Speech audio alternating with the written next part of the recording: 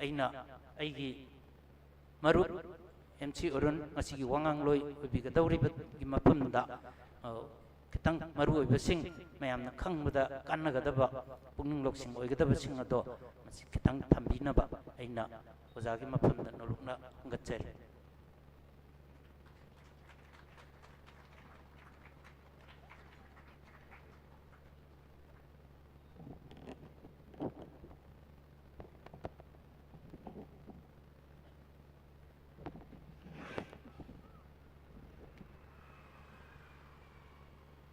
ꯃꯌꯥꯏ ꯇꯥꯡꯕꯜꯗ ꯂꯦꯡꯁꯤꯟꯕꯤꯔꯤꯕ ꯑꯩꯒꯤ ꯏꯌꯥꯝꯕ RK ꯑꯃꯗꯤ ꯑꯩꯒꯤ ꯏꯇꯥꯎ ꯈꯣꯜꯆꯟꯗ꯭ꯔ,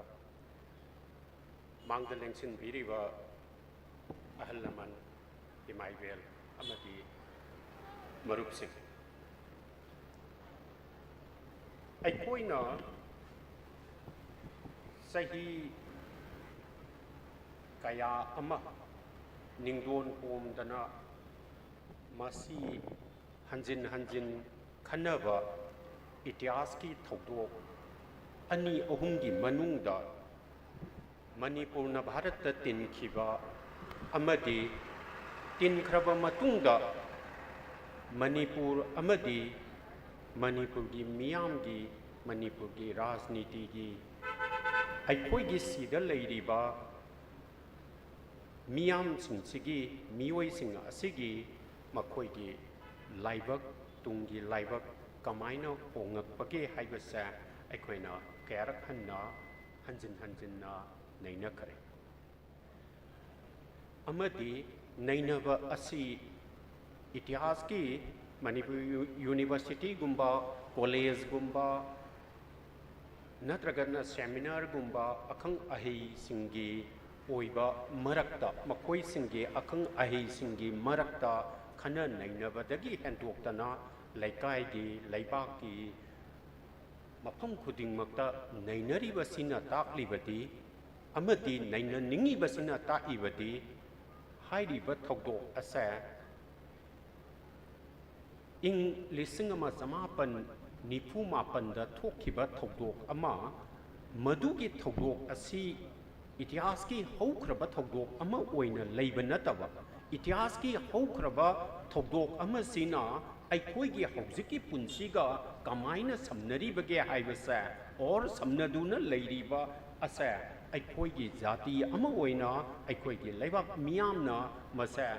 ꯌꯥꯝꯅ ꯂꯨꯝꯅ ꯂꯧꯏ ꯑꯃꯗꯤ ꯃꯁꯤꯅ ꯑꯩꯈꯣꯏꯒꯤ ꯄꯨꯟꯁꯤꯗ ꯇꯨꯡꯒꯤ ꯂꯥꯛꯀꯗꯧꯔꯤꯕ ꯃꯇꯝꯁꯤꯡꯗ ꯑꯩꯈꯣꯏꯅ ꯀꯔꯝꯕ ꯊꯧꯗꯥꯡ ꯑꯃ ꯂꯧꯒꯗꯒꯦ, ꯀꯔꯝꯕ ꯃꯥꯏꯀꯩ ꯑꯃ ꯂꯦꯞꯄꯝꯒꯗꯒꯦ ꯍꯥꯏꯕꯒꯤ ꯃꯔꯨꯑꯣꯏꯕ ꯄꯣꯠ ꯑꯃꯁꯨ ꯂꯩ꯫ ꯑꯩꯈꯣꯏꯅ ꯈꯪꯉꯤ ꯏꯇꯤꯍꯥꯁ ꯍꯥꯏꯕꯁꯤ ꯊꯧꯗꯣꯛ ꯉꯥꯛꯇꯒꯤ ꯋꯥꯔꯤ ꯅꯠꯇꯦ꯫ ꯏꯇꯤꯍꯥꯁ ꯍꯥꯏꯕꯁꯤ ꯊꯧꯗꯣꯛ ꯑꯃ ꯊꯣꯛꯑꯦ, ꯆꯍꯤ 8 ꯈꯨꯟꯗꯥꯈ꯭ꯔꯦ, 1891ꯗ ꯑꯩꯈꯣꯏ ꯕ꯭ꯔꯤꯇꯤꯁꯀ ꯂꯥꯟ ꯇꯧꯈ꯭ꯔꯦ, 1949ꯗ, 1947ꯗ ꯑꯩꯈꯣꯏ ꯅꯤꯡꯇꯝꯃꯦ, 1949ꯗ ꯏꯟꯗꯤꯌꯥꯗ ꯄꯨꯜꯂꯦ, 1972ꯗ ꯃꯅꯤꯄꯨꯔꯁꯦ ꯁ꯭ꯇꯦꯠꯍꯨꯗ ꯐꯪꯉꯦ ꯍꯥꯏꯕ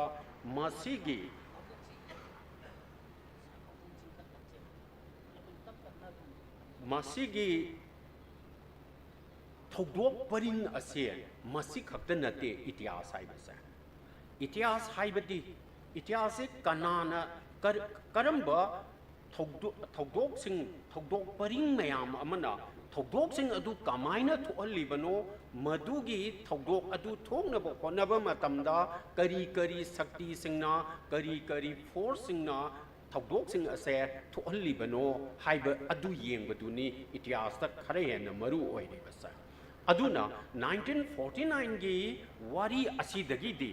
1949ꯁꯤ ꯀꯃꯥꯏꯅ ꯄꯨꯊꯣꯔꯛꯄꯅꯣ ꯑꯃꯗꯤ 1949ꯒꯤ ꯃꯇꯨꯡꯗ ꯑꯩꯈꯣꯏꯗ ꯀꯌా ꯌꯥꯝꯅ ꯑꯍꯣꯡꯕ ꯄꯣꯔꯛꯈ꯭ꯔꯕꯒꯦ ꯑꯃꯗꯤ ꯀꯔꯝꯕ ꯐꯦꯛꯇꯔꯅ ꯑꯩꯈꯣꯏꯗ ꯊꯧꯗꯣꯛꯁꯤꯡ ꯑꯁꯦ ꯊꯣꯛꯍꯜꯂꯤꯕꯅꯣ ꯍꯥꯏꯕꯗꯨ ꯅꯩꯅꯕꯗꯨ ꯌꯥꯝꯅ ꯃꯔꯨ ꯑꯣꯏ꯫ ꯍꯧꯖꯤꯛꯁꯨ ꯃꯥꯡꯗ ꯄꯟꯕꯤꯈ꯭ꯔꯤꯕ ꯀꯩꯅꯣꯁꯦ 2023ꯒꯤ ꯃꯦꯒꯤ 3ꯗ इखंग खंगहौदना कुकीगा मैतैगगी मरक्ता खुद थोकनबा मसिगी खुद थोकनरिबसी मेगी तांग अहुमदा कैदौबगी थोकनरिबन मदुगी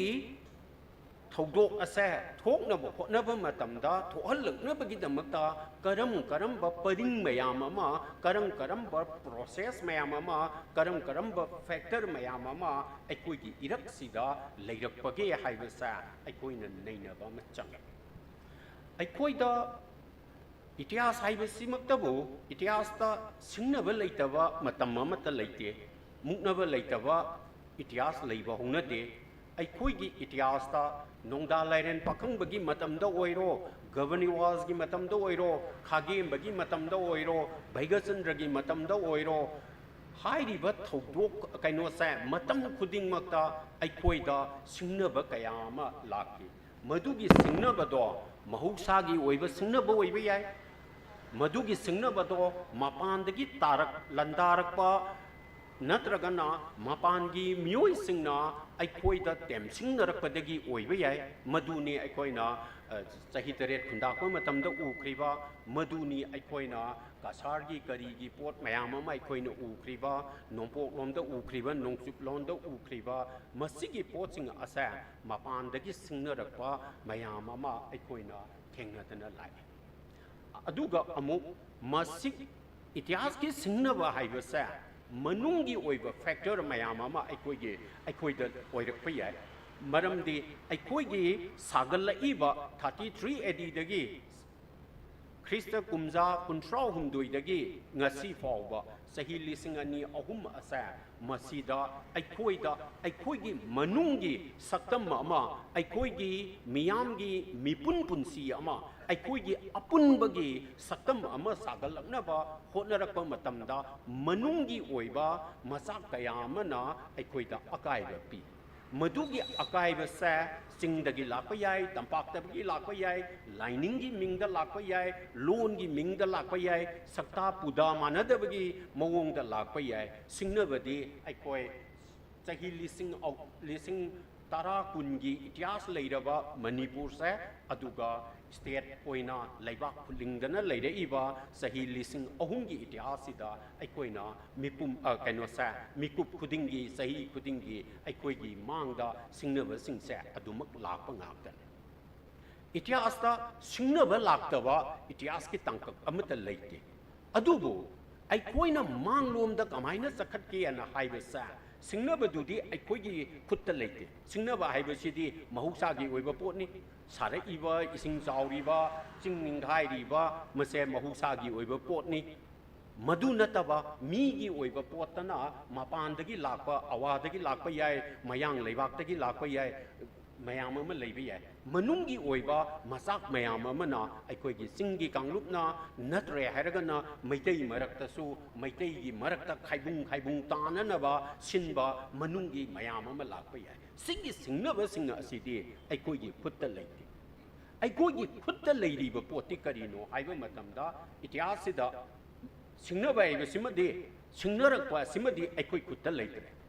अदुगा इतिहास सेंबा मतमदा अखोइगी खुत्ता लेरिबा पोति अखोइना मदो कमाइना सिंगनबगे कमाइना माइरोंग याबगे हाइबगी पोतुदा सिंगनब सिंग असा मसी माइरोंग याबंग मकांदा अखोइना मांगलोमदा चखले माइरोंग याबंगम ददना लेरगना अखोइ मालेम सिदा इतिहास की लेमाइदगी अखोइ मुत्खी गदोरी इतिहासता पृथ्वी की इतिहासता सिंगनबंगम ददना मुत्खीबा जाति मयाम अमा लै ख्वाइदगी चौखलमे हाइरिबा लेबाक मयाम अमा अखोइ मुत्खीबा इतिहासता लाइरिकता अमनबा लाइरिकता थेंगनबा नतना अहिंगबा मतमसिगी इतिहास की इसेल सिबा यावबंगमदबा जाति मयाम अमा लै अखोइना ngasi फावबा लेबाक खुलिंगदना समाज अमा सेमदना खुनाय अमा सेमदना लेबाक असि कन्नबा होनरेइबसा अखोइगी इतिहास अमा पुथदना चटपा ngamiबसा अखोइसे मुत्खिद्रिबसा चही तरेट खुंदापा मतमदा अखोइ मुत्पा यारमबनी अवाना अखोइदा नैखरिबा चांग असा का हेन नैखरबनी अंगांग फावबा यावना देन अखोइगी चही पाखंग फारक्पा पुंकप फारक्पदगिना लान Chatap ngamiba thabak suba ngamiba sahi phawda leiriba mioi mayam ama makoina phadana pukhiba makoina hatkiba madudagi aikoi sa leibak se kaidana nongchup lomda madok kasarda tripurada even ngasigi Bangladesh ki Dhaka phawba aikoi gi mi sing sin chicken kriba sa tripurada punda kriba sa masi aikoi da angakpa phangna manipur gi ityas ta amukta thokriba mongda khunda kribani kai kribani madugi khunda padu fawada aikoina hingdana leiba ngami basa hingami basa aikoi gi ipa ipu sing aduna 19 dagi 26 fawa khunda pa se sahi tare khunda pa sida madu dagi aikoi kamaina nanthok kadage aikoi kari to bata bage aikoi haidana aikoi gi ningtamba hanjanaba su khonaba aduga aikoi gi kairiba samaja do kairiba kaino sa kanglon ado kamaina laksin gadage haibagi singnabagi muknabagi amade temsingnabagi madugi lingzen ama madugi wakal ama sagat pangam baduna ne aduna singnaba lakpa kudingmak sa mairong yaba haiba sa masina aikoi gi ityas sa lepkadoribani mairong yabagi mawong ado madu soira yeknabada surrender tawraba haibadi singnare iba pot sing adu da aina surrender tawraba akoi di singam jararoi hairam ba taraga de aikoi gi lamdam asa awagi lamdam oidana mafam sida leiriba mi sing asa awa leibaki mi ama oina leiram magadabane madu aikoi tawkide aikoi yeknabada aikoi surrender tawde madugi surrender tawdabaduna ni aikoina mi masing asa khundakpa hanjalakpa matamda mi masing asa sagi sada kuntrau humdoi handharamme haibadi hana sama leiramba sa hanjalakpa matamda humra khatangairam humra khatangai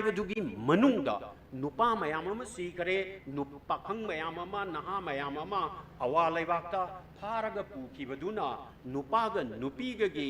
changdamnaba matamda nupi amaga nupa tariat ka gumbagi sangda haibadi humra sigi manungda ayambana nupi oiraga nupa masingsina yamna likna leiba matam amada aikoi sa sahi taret kundara ine madugi yamna sonba matam sa mi masingsu handara aba nupa masingsu yamna walaba nupi masingna ka henna wanga leiba sigi matam asa masini aikoina tarama panchuba sahi sa aina haidi sa sigi tarama panchuba sahi sa da leibak asina lan tauke na hairasu nupa watum tauba mi masingdu walabanina aikoi gi hana leiram neiba kanglon singa sa leibak ki kaya singa asida mi singa asa angom ning thau adu gi piba adu ada haidana leigadoriba kaino sa phamthun sa hamdo mayam ama leiriba sa laibungda leigadoriba kaino sa magi official sing leibak ngapada leigadoriba mi masing hairiba pham mayam singa sa hen na kaiba madugi mi du bhawa konaba ngamdabagi awaba sa koina thengnare lan mi masing handa karabani aduga achumaina kedoga yani ko aduna aikoida madugi ashonba matamdu phawba leibak asa masi ngaktabe yate leibak asi ngaknabagi namta aikoi se kamaina tasan gadage aikoi se kamaina kari haini akanba leibak ama amuk semgat kadage haibagi pot asa masi tarama panchuba sahi sa sida tawkhiba strategy mayam ama aikoi gi ipa ipu singduna tawrammiba maduna ni aikoi da nachangkritan gi palagi solom da kari da karada aikoi da han leirammiba ta kauksabagi khongpham sing kari sing hapchandana jagoi da kari da aikoi gi whole martial culture asa masi aikoi gi culture gi atop culture gi धर्म की ओइबा पोता इसई सकपगी पोता पुंग सोलोम तौबगी पोता अखोइना अनोबा सक्तम अमा अनोबा strategy अमा अखोइना Yale मधुनने पृथ्वीदा और इंडिया नत्रग पृथ्वीदा यामना ngakna mayamna yengnariba hojik Durga Puja मतम पांथुबी मतम सु लाबनी मयामना उबीगनी मी निफु यांखैना अंगांग ख्वाइदगी अहन ओइबदगिना ख्वाइदगी पीइबा अंगांग फावसा मी यांखै हुमफु हुमद्राना पुंगसे पाइरगा चप मानबा तांदा चप मानबा पुंगलोंदा अमुक्तदा थिनमिन्नबा ngambagi अखोइगी सिगी पोतसा करियबा पुंग यइबदो चलोम नतबा anyway pung mayam yemin na sen hal ning sing kan masigi asigi potsa masi puthore ibsa ai khoi gi khwai gi son ba matam ai nga sai hai je kri ba sahi taret khunda aba matung da mi masing so hanthara aba nupa masing leitrawa lanmi da masing leitrawa phampai na ba mi sa kana ohen ga de ge hai ba se masigi awa ba leiraba matam du da khwai gi son ba matam da दुमेन पुथोरे Eva मसीगी लैबाक असिगी मी मसीगी लैबाक असिगी वाखल मसीगी लैबाक असिगी लिंगजेन मधुगी नापल अदुना अखोइद पुथोरे इने मधुगी नापल दुना नेबा अखोइना 3380 दगिना 2025 फावदा अखोइना अखोइगी परम असा अखोइना अखोइगी पुरम असे मसिंग ngakतना मसिगी लिकलम असे ngakतना पुथोकप ngamiba sa मधुगी लिंगजेन मधुगी canoe मधुना ने है कोइद लेडीज मधुगी लिंगजेन दुना नि अखोइना 1891 दा ब्रिटिश ना लोइसन लमसा अवा ब्रिटिश की मकुत लेखरवनी इंडिया पुला ब्रिटिश की मकुत लेखरवनी 1826 ता हाइबदी मणिपुर की सही तरेत खुंदाप लोइरक मतमदा असम से ब्रिटिश की मकुत लेखरवनी कासार ब्रिटिश की मकुत ताखरवनी दिमासा किंगडम ब्रिटिश की मकुत ताखरवनी नागालैंड असम लोक्सन बदुदा दुम यावखरवनी असम की पार्ट अमोइना दुम यावखरवनी अदुगा ले अखोइदा ब्रिटिश न लोइना ब क्वेश्चन दना लेखरवा ब्रिटिश लोइलम चनखरवा अकोइब मतम असिदा 1891 दा ब्रिटिश ना ख्वाइदगी इंडिया दा खितंग चौथोकसबा याबा अमना अखोइदा यामना चौथोकसबा याबा पोट अमदी करिनो हाइबा मतमदा ब्रिटिश ना इंडिया से पुलप लोक्सन खरे 1857 ता सिपोई म्यूटिनी थोए लानमी मयाम अमना इंडियन लानमी मयाम ना अखोइ ब्रिटिश की मखा द लेररोय हाइदना मखोइना लान हौरई सिपाई लालहौ हैरगा खंगनरिबसिनी 1857 ता सोक लिसिंग अमा चनिपान यांखै तरेत अदुगी यांखै तरेत तुदा सिपाई लालहौ से नमथरबा मतुंगदा मधुगी मतुंगदा दे ब्रिटिश की क्राउन की मखादा ब्रिटिश महारानी की मखादा इंडिया से pull-up British हानदी east India company अमगी मखादा लेरंबनी अदुबु 1858 की ब्रिटिश क्राउन की मखादा ब्रिटिश महारानी की मखादा अखोई से इंडिया पुंब से अमदी कैनो से बर्मा से मसी लोकशल्लबने अदुबु झांसी रानी न थेंगनक्रिब लान अदुदी राणा प्रताप न थेंगनक्रिब लान अदुदी नत्रगना अतोप इंडिया के निंगथौपानबा लैबाक सिंह न थेंगनक्रिब लान अदुदी कंपनी का थेंगनबनी ईस्ट इंडिया कंपनी की लानी सिंह थेंगनबनी अदुबो मणिपुर की लान असिदे ब्रिटिश ना लाउथोअगा मणिपुर का कैनोगा ब्रिटिश के महारानी की मखादा हुकुम थोअगा मणिपुर का लान तौगदबनी हाइदना वर्ल्ड डिक्लेयर असे 1891 दा तौबनी हौजिक लेरिबा इंडिया की लेबाक अमतदा ब्रिटिश क्राउन ना लान डिक्लेयर तौरगा लान सोकनबा अमबाव यावगिदे सुबनतगी मणिपुर मतंतन मधुगी मतम असिदा ब्रिटिश क्राउन की मखादा लेरिबा से अवा पुनमक नोंपोक थंगबदा लेरिबा awagi leibak se British ki makha da lei kharabani akhoi ge hek thangnaba nongsup ta leiriba kasar maduga thangnaba da leiriba Assam gi ahom gi kari gi kara gi se loina ba British ki makha da lei kharabani adu gi matam du da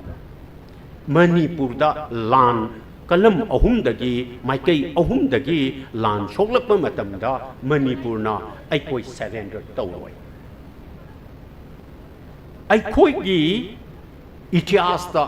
akhoi na singnaba lakpa matam da mairong ya khidaba matam yaw khide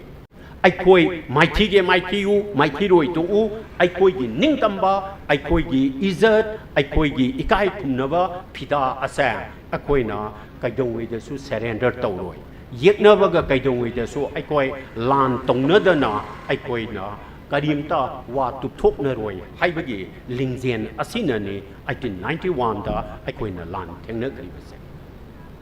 adu makna British na Manipur sa loksal re 1891 da aduga loksal laba matungda akhoi sa Assam gi part ama oina British India gi part ama oina makoina loksal bagi makutta akhoi sa top pa laibak ama oina thammami ba 1891 gi dagina 1947 forward sa mercy akhoi British India gi hana British India oiraba Assam gi laibak sida akhoi sa napsal laga Assam gi laibak ama oina India da pulhal lamba yaba sa 1891 da yai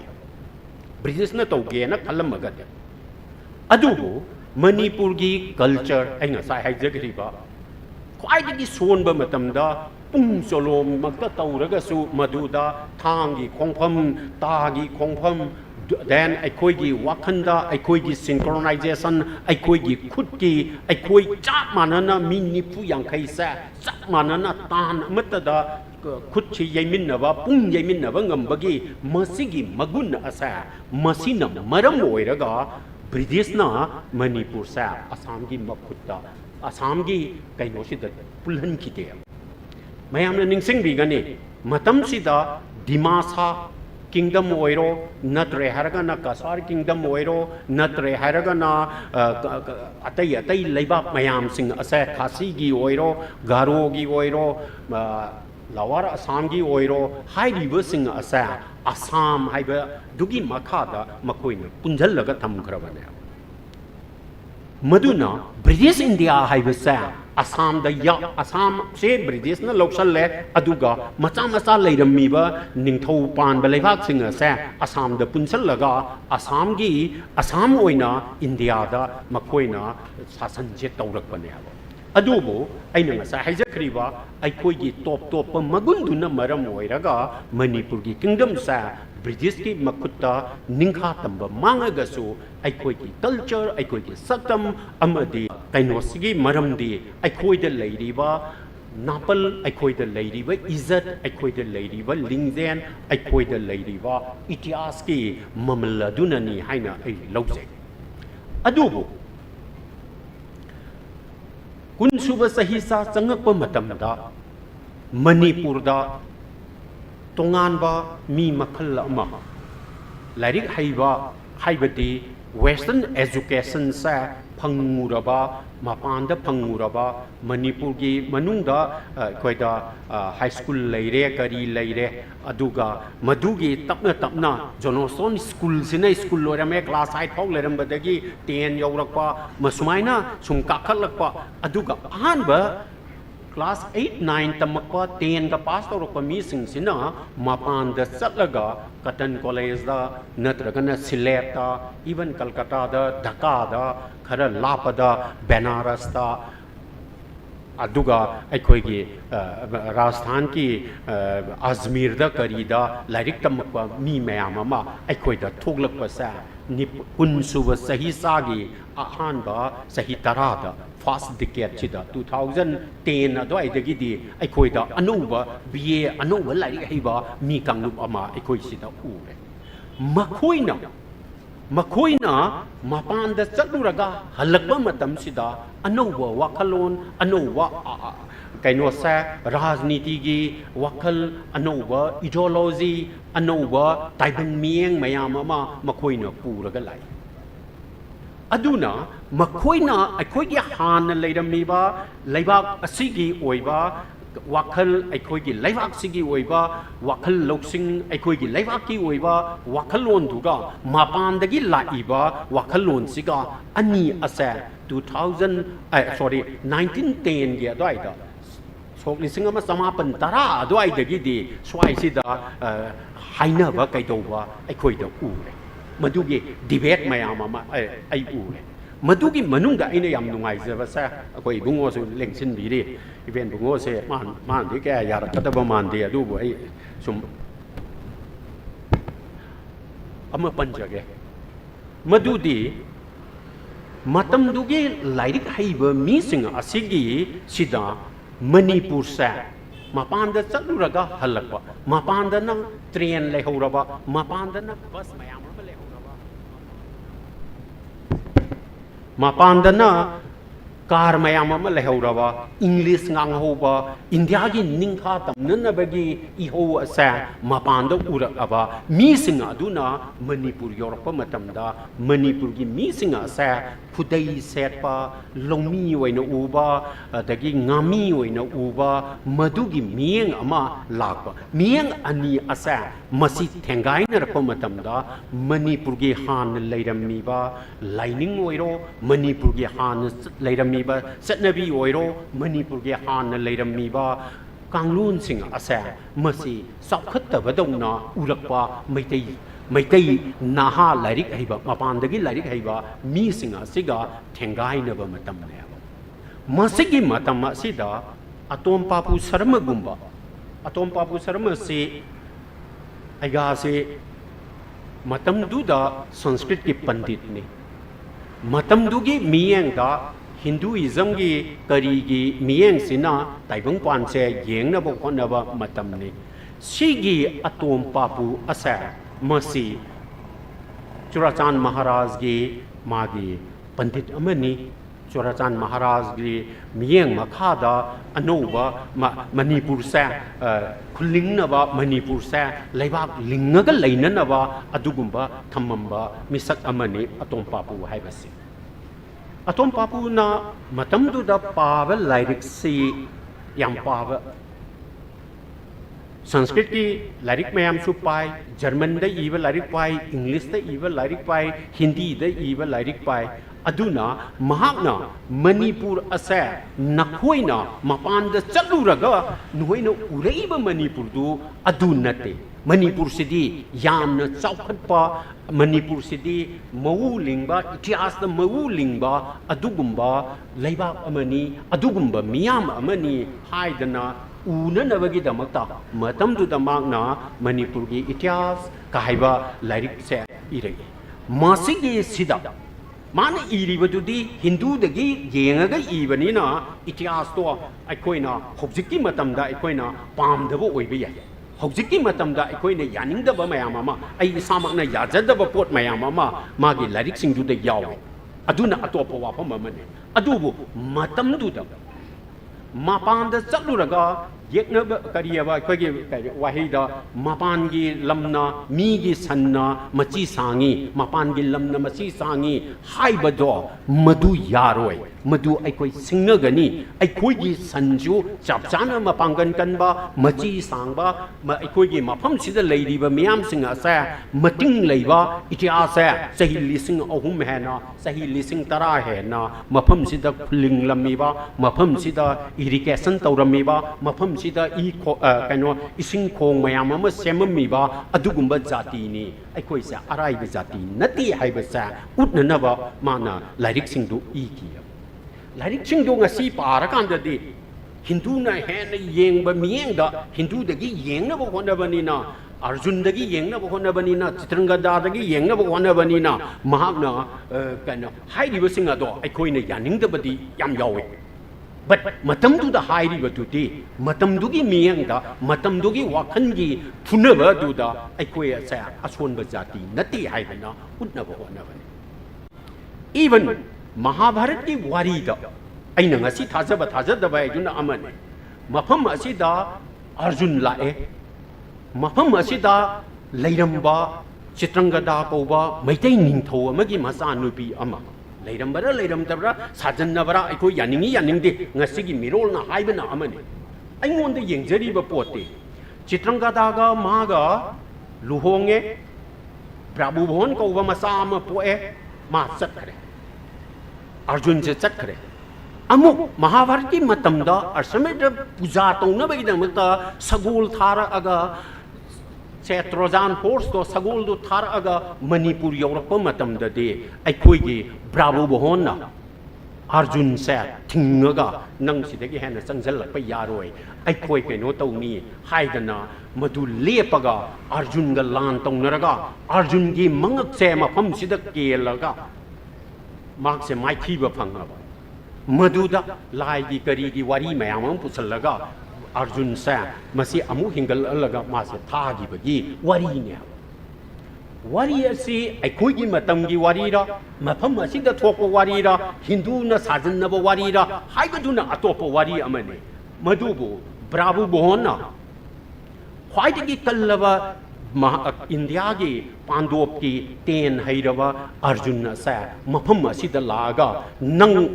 Arsame puja hai bisimtabu sagol sina chatkiba sagol sina fauraga laiba lamben singa aduda sagol na changu bal laibak singa aduda nakoi surrender tau aikoi gi makha polu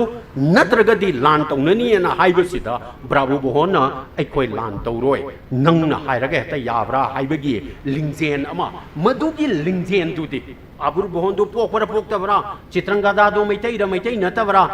Arjun na sidai yorakhibra Mahabharat ki Manipur do aikoi gi Manipur sira haibadugi argument to tokraga bravo bohon da leiriba lingzen du de 1891 da aikoi gi pauna bajawa sida leikriba aikoi gi tikanda jit leikriba aikoi gi kaino da thangal da leikriba madugi lingzen du ka chamana yeknabada aikoi kaidongwe da su surrender tawoi nang ngamaga ai halo ai ngamaga nang hatkani nang ngamaga na ai khoi khuding ma asa halo aduga ai khoi yaudaba laibak ama nang na mafam asida lingja hoge galingja ho adubo ai khoi leina ai khoi gi ningtamba ai khoi gi ikai kumnaba ai khoi gi izzat asa masi nangon da surrender tawloi haibigi lingjen du de ai khoi 1891 da su laya Madugi unsuba sahisa gi ahan ba horakpa matam sida aikoi da confused at ba hore aikoi sibu bharat ta punbana faribra natre hairaga na aikoi sa tongana iromdom hana leiram badongna leibana faribra haibagi masigi sayet na basa unsuba sahisa gi ahan ba sahi ku manga sida wa thokpa hore Dr. Kaman gi saireng ningsing di okay kaino so la laga di ang tsum thok piro ai sahitya gi koi kaino su yaw ri min na call center so Dr. Kaman gi saireng da magi Brahmaputra Torabandra lepaga ma masamakti Dibugor da Dr. Tamaga leiba matam du da mana langphai satlaga na leibak nimsi ba se heleni mangdaga thabal fa se thabal gi maman se langphai satlaga da kang akoi su ngarang thaban thuong gani ai khan mu khaludi nahan su thabal thuong gani hayeng su thok gani hayeng la kaino grohon lei hairim ni na punima ra kaino di oi jaram mani sigi thabal phaba aying se masigi phajawa thabal gi ipom hauraba matam mai sa yumda kari da leiraga sa charaga kholaga sak thongaga phi suraga leiba matam sida pil tawte masigi feeling sidi langphai zatlaga and lei aduna mahangna Manipur dagi lapna matam tu da mobile lei basunate phone ngangna basunate kai sunate aduna mana mayum dagi hangraga mana doctor tambagi mathangi suti ngai bagi tha manga taruk lei basa masi mapungning nungsiram gani maduna Brahmaputra Torabanda lepaga magna ima leibaki sadanjali madadagi mana haibasa salare telegu sam kainogi Kamal gi saireng amada kamal orang gani sa mati trapan ima leibak ta ina pizawa tarpan मधुगी तरपंदुदा माना हाइरिबसे मयाम ताबियो सालरे तेलुगु सालरे तमिल भारत की लेकोन नुंसिदा अदुबु इमा लेवाक नंगदी कदाइदा आई नते अइना हाइजरिना मागे कैनदा exact वाहिदुदी ओरमदबे याय अदुबु तमिल नसु तेलुगु नसु हिंदी नसु पंजाबी नसु भारत की लेकोन नुंसिददी साले अदुबु अइखोइगी इमा लेवाक सिदी मसे मधुगी लेकोंदुदा सातप ngamdri हाइबगी मंगोंदा नुंगाइतबा फावसा 1920s की मतम अदुदगी हौरे हाइजबने हाइजरिसा अदुना भारत पुनिंगबा भारत की कैनोदा लेकोनुंगदा सातनिंगबगी कैदौबगी मधुदा कैनोगी फीलिंग सिमदी अइकोइदा 20s दा लैरे अदु हाइ हाइदना मखोइना हुम्मगा पुगिदना मणिपुर से भारत पुल्लगदबनी हाइदना मी खुदिंगमकना यानबा पोती नते भारत तगी तोखाइना लैबा अदुगा मणिपुर से निंगतंबा हंजननबगी अतोपा इंडिपेंडेंट कैनो से मूवमेंट मयाम अमसु अइकोइदा लैरे अदुना 1940 गा 7 गी निंखा तमकपा मतमसिदा अमदे 1947 दगिना भारत मणिपुरना सही अनि की मतुंगदा हाइबदी 1949 दा पुनबा भावसा सिगी मरकता अइकोय भारत पुनसी हाइबा मी कांगलुप अमा दुम थोगलई मदुदगी पुल्लोय हाइबा अमा थोगलई अइकोय निंगतंबा लेबाक अमा ओइना अइकोय लेगदबनी तौबदबु मसीदा निंगथौ पानबा लेबाक अमा ओइबदी याररोय चुराचान महाराज की शासन खुतौदो अइकोय यानिंगदे मियामबो अदुयाम साथिन ओटप नैबा निंगथौ पानबा लेबाक सिदे अइकोय यादे अइकोयगी मफम असिदा डेमोक्रेटिक कंट्री अमा अइकोयना सेमगदबनी हाइबा मी कांगलुप अमा देन अतोपा कांगलुप अमना मणिपुर से अपिकपा लमनी अदुना इंडिया की डेमोक्रेटिक ओइबा रिपब्लिक ओइबा गांधी की लिसिंग मखादा सेमगलक्लीबा निंगतंबगी इहौसा शासन नमा इंडिया की नेशन नमा सेमननबगी सेमगलक्लीबा इहौसा मसीदा अइखोय यावसनगदबनी हाइबगी पोट अमा अइखोयगी 1947-49 की मरकसिदा अइखोयगी लाइरिक हाइबा इलिटसिंगी मरकता सिगी वाखलोन अनि असा यामना चावना मुक्नबगी पोट अमा अइखोयदा उइ सिगी मरकता प्रकम ताबा वाखन खुखनमा अइखोयना उबा फंग मधुदे 1947 ता मणिपुरना अमदे इंडियाना निंखा तमीबसा निंखा तंबा कौदेये हाइबा मिटन चतरे बट लेहौरी बदुदे नेहरू लेहौरन चतरे बट लेहौरी बदुदे नेहरू लेहौरी बदुदे मयाम सिनी मयाम खंबिरिबा मयाम सिनी अदुगी मीसिंग असा मसी अंगौबा साहेब चखरगा मधुगी महुता अमुबा साहेब मयाम अमदा निंगतंबदो सिनरंबनी अदुबु लोमी सिनमीददी निंगतंबगी पोचे लैते अदुना 1947 की 15 अगस्त इंडियाना निंगतमीबा सा अइखोयना मवा लौदे अइखोयना लोमीगी सिनमीगी लान तौगिगनी लोमी सिनमीगी लेबाक सेमगनी हाइदना कम्युनिस्ट रिवोल्यूशन तौनी मानव खुनाई की कम्युनिस्ट अवोनबा अमा पोरकनी हाइबा मियेंग अमा इंडिया दा थोगलई मसे हैदराबाद मसे कलकत्ता दा बेस तौबा अजौबा इहो अमन मदुगी इहो दुगी मनुंगदा मणिपुर दिगी हाइबदी एंटायर नॉर्थ ईस्टर्न इंडिया सिदा हिजम इराबोत सा मधुगी इहोदुदा इंडिया की इहोदुदा निंग तंबा हाइबसा लोमी सनमीना निंग तमद्री फावबा अइखोय निंग तंबा कौवे यारोय हाइबा अदुगी मूवमेंट अमसु थोगले अदुना मणिपुर की 1947 तगिना 49 फाउसिदा लैरिबसा इंडिया दा पुनलगा इंडिया की डेमोक्रेसी चटपा लेबाक्तुगी सरुक अमा ओइहौरकांदा अइखोयगी मीसिंग असा मसी कानगनी तुंगी मिरोलसिंग असा मसिगे मराइबक सेमजबसा यागनी हाइबा मियेंग अमा अतोपा अमना अइखोय निंगथौ पानबा लेबाक्ति पामदे तौबदबु अइखोय इंडिया दा पुंदना निंखा तंबा मणिपुर अमा ओइगदबनी हाइबा मियेंग अमा अदुगा मरकसिदा ꯅꯤꯡꯇꯝꯕ ꯍꯥꯏꯕꯗꯨꯃꯛꯀꯤ ꯑꯥꯔꯊꯗ ꯆꯤꯡꯅꯔꯒ ꯂꯥꯟ ꯇꯧꯔꯛꯄ ꯍꯤꯖꯝ ꯏꯔꯥꯕꯣꯠꯀꯤ ꯄꯣꯠꯁꯤꯃ ꯍꯤꯖꯝ ꯏꯔꯥꯕꯣꯠꯁꯦ ꯀꯅꯥ ꯀꯅꯥꯒꯨꯝꯕꯅ ꯏꯟꯗꯤꯌꯥꯗ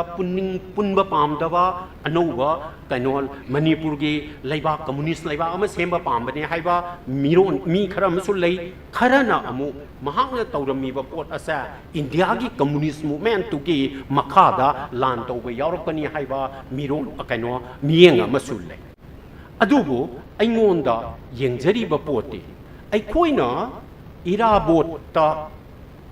ꯏꯀꯥꯏ ꯈꯨꯝꯅꯔꯤꯕꯁꯦ ꯃꯍꯥꯛꯅ ꯃꯃꯥꯡꯒꯤ ꯃꯇꯝꯗ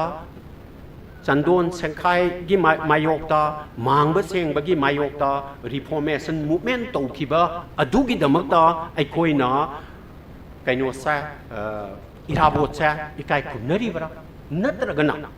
1948ꯇꯒꯤ ꯃꯍꯥꯛꯅ ꯅꯣꯡꯃꯩ ꯄꯥꯏꯕꯒꯤ ꯂꯥꯟ ꯈꯨꯠꯇ ꯅꯣꯡꯃꯩ ꯄꯥꯏꯔꯒ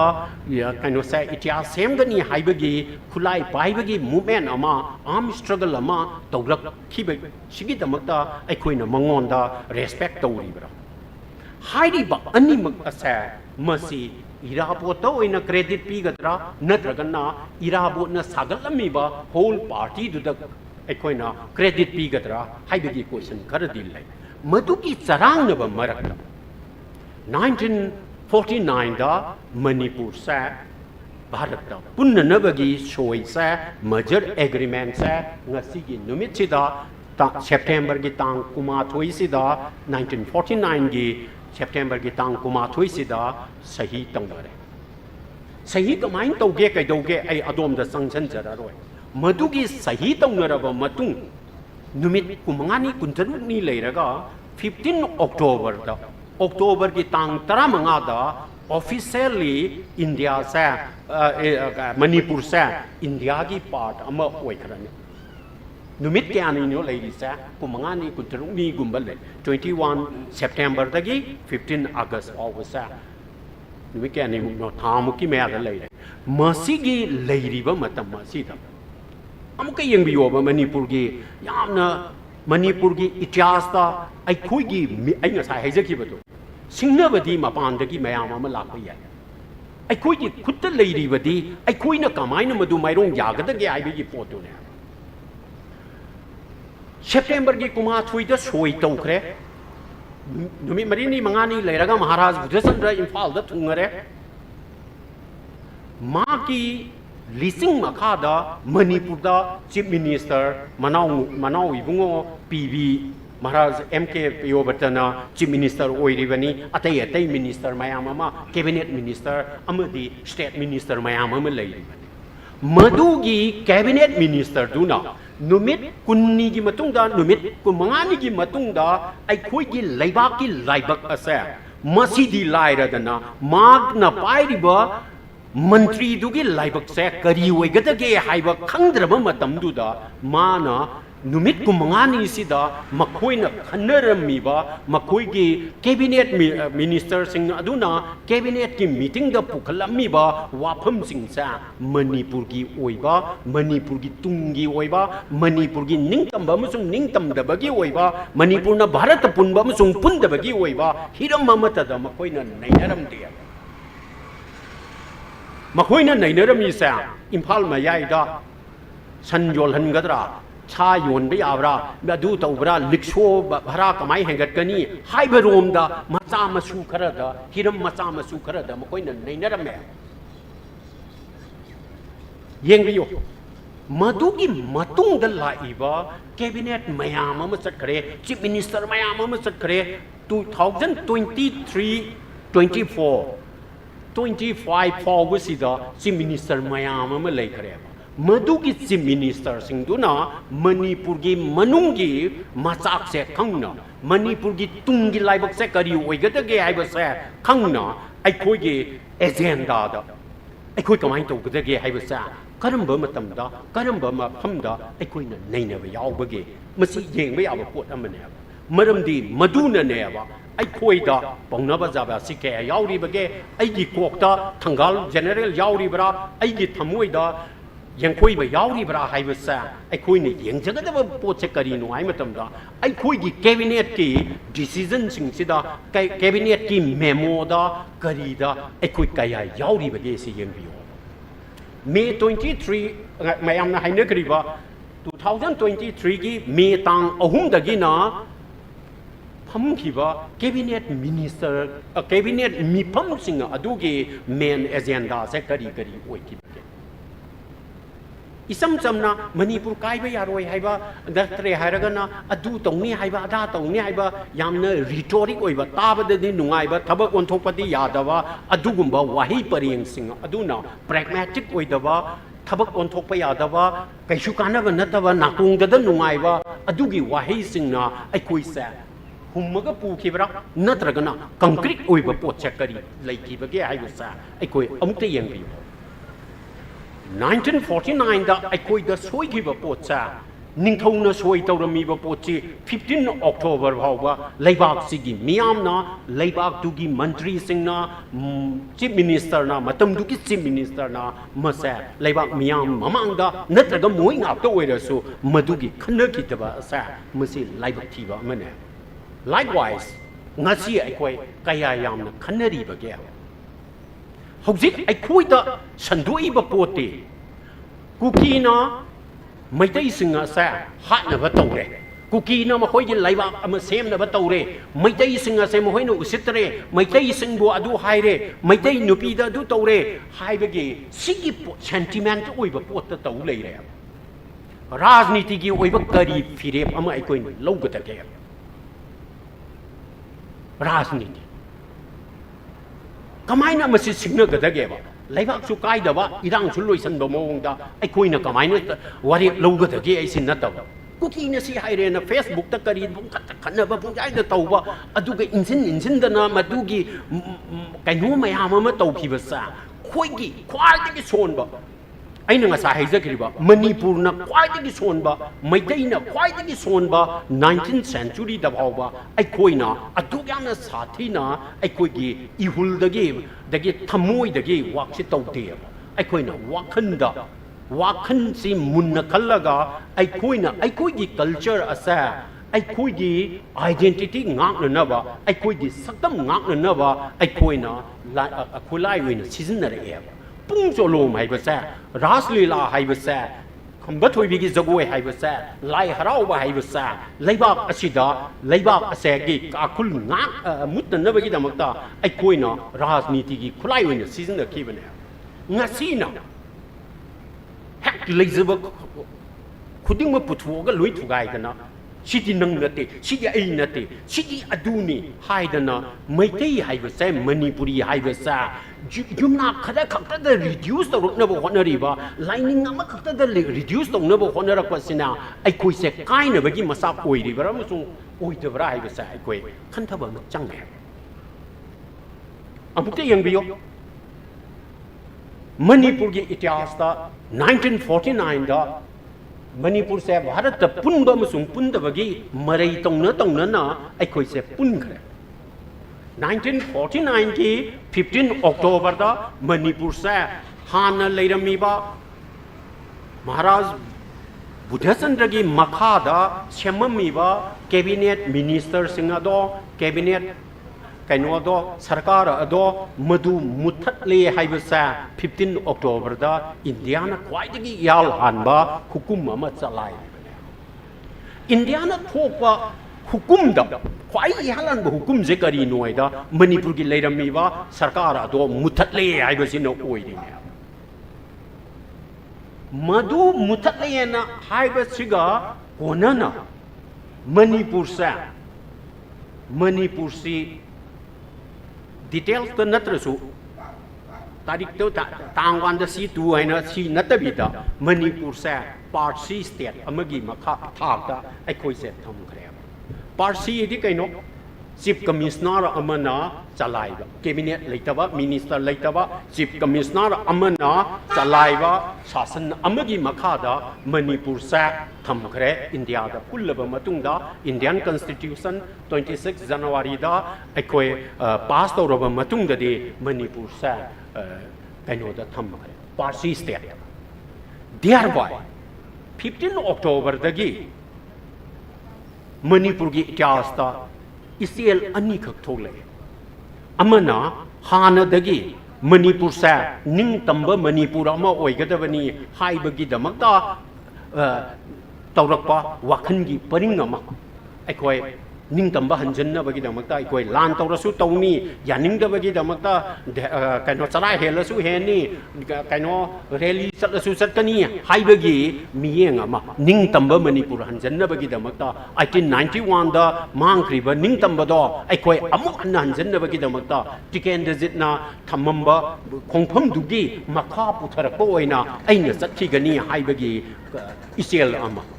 atop Israel amana Manipurna Bharat pulluraga Manipurna Bharat punba tarabadi Manipur sa democratic oiba laibak ama oigani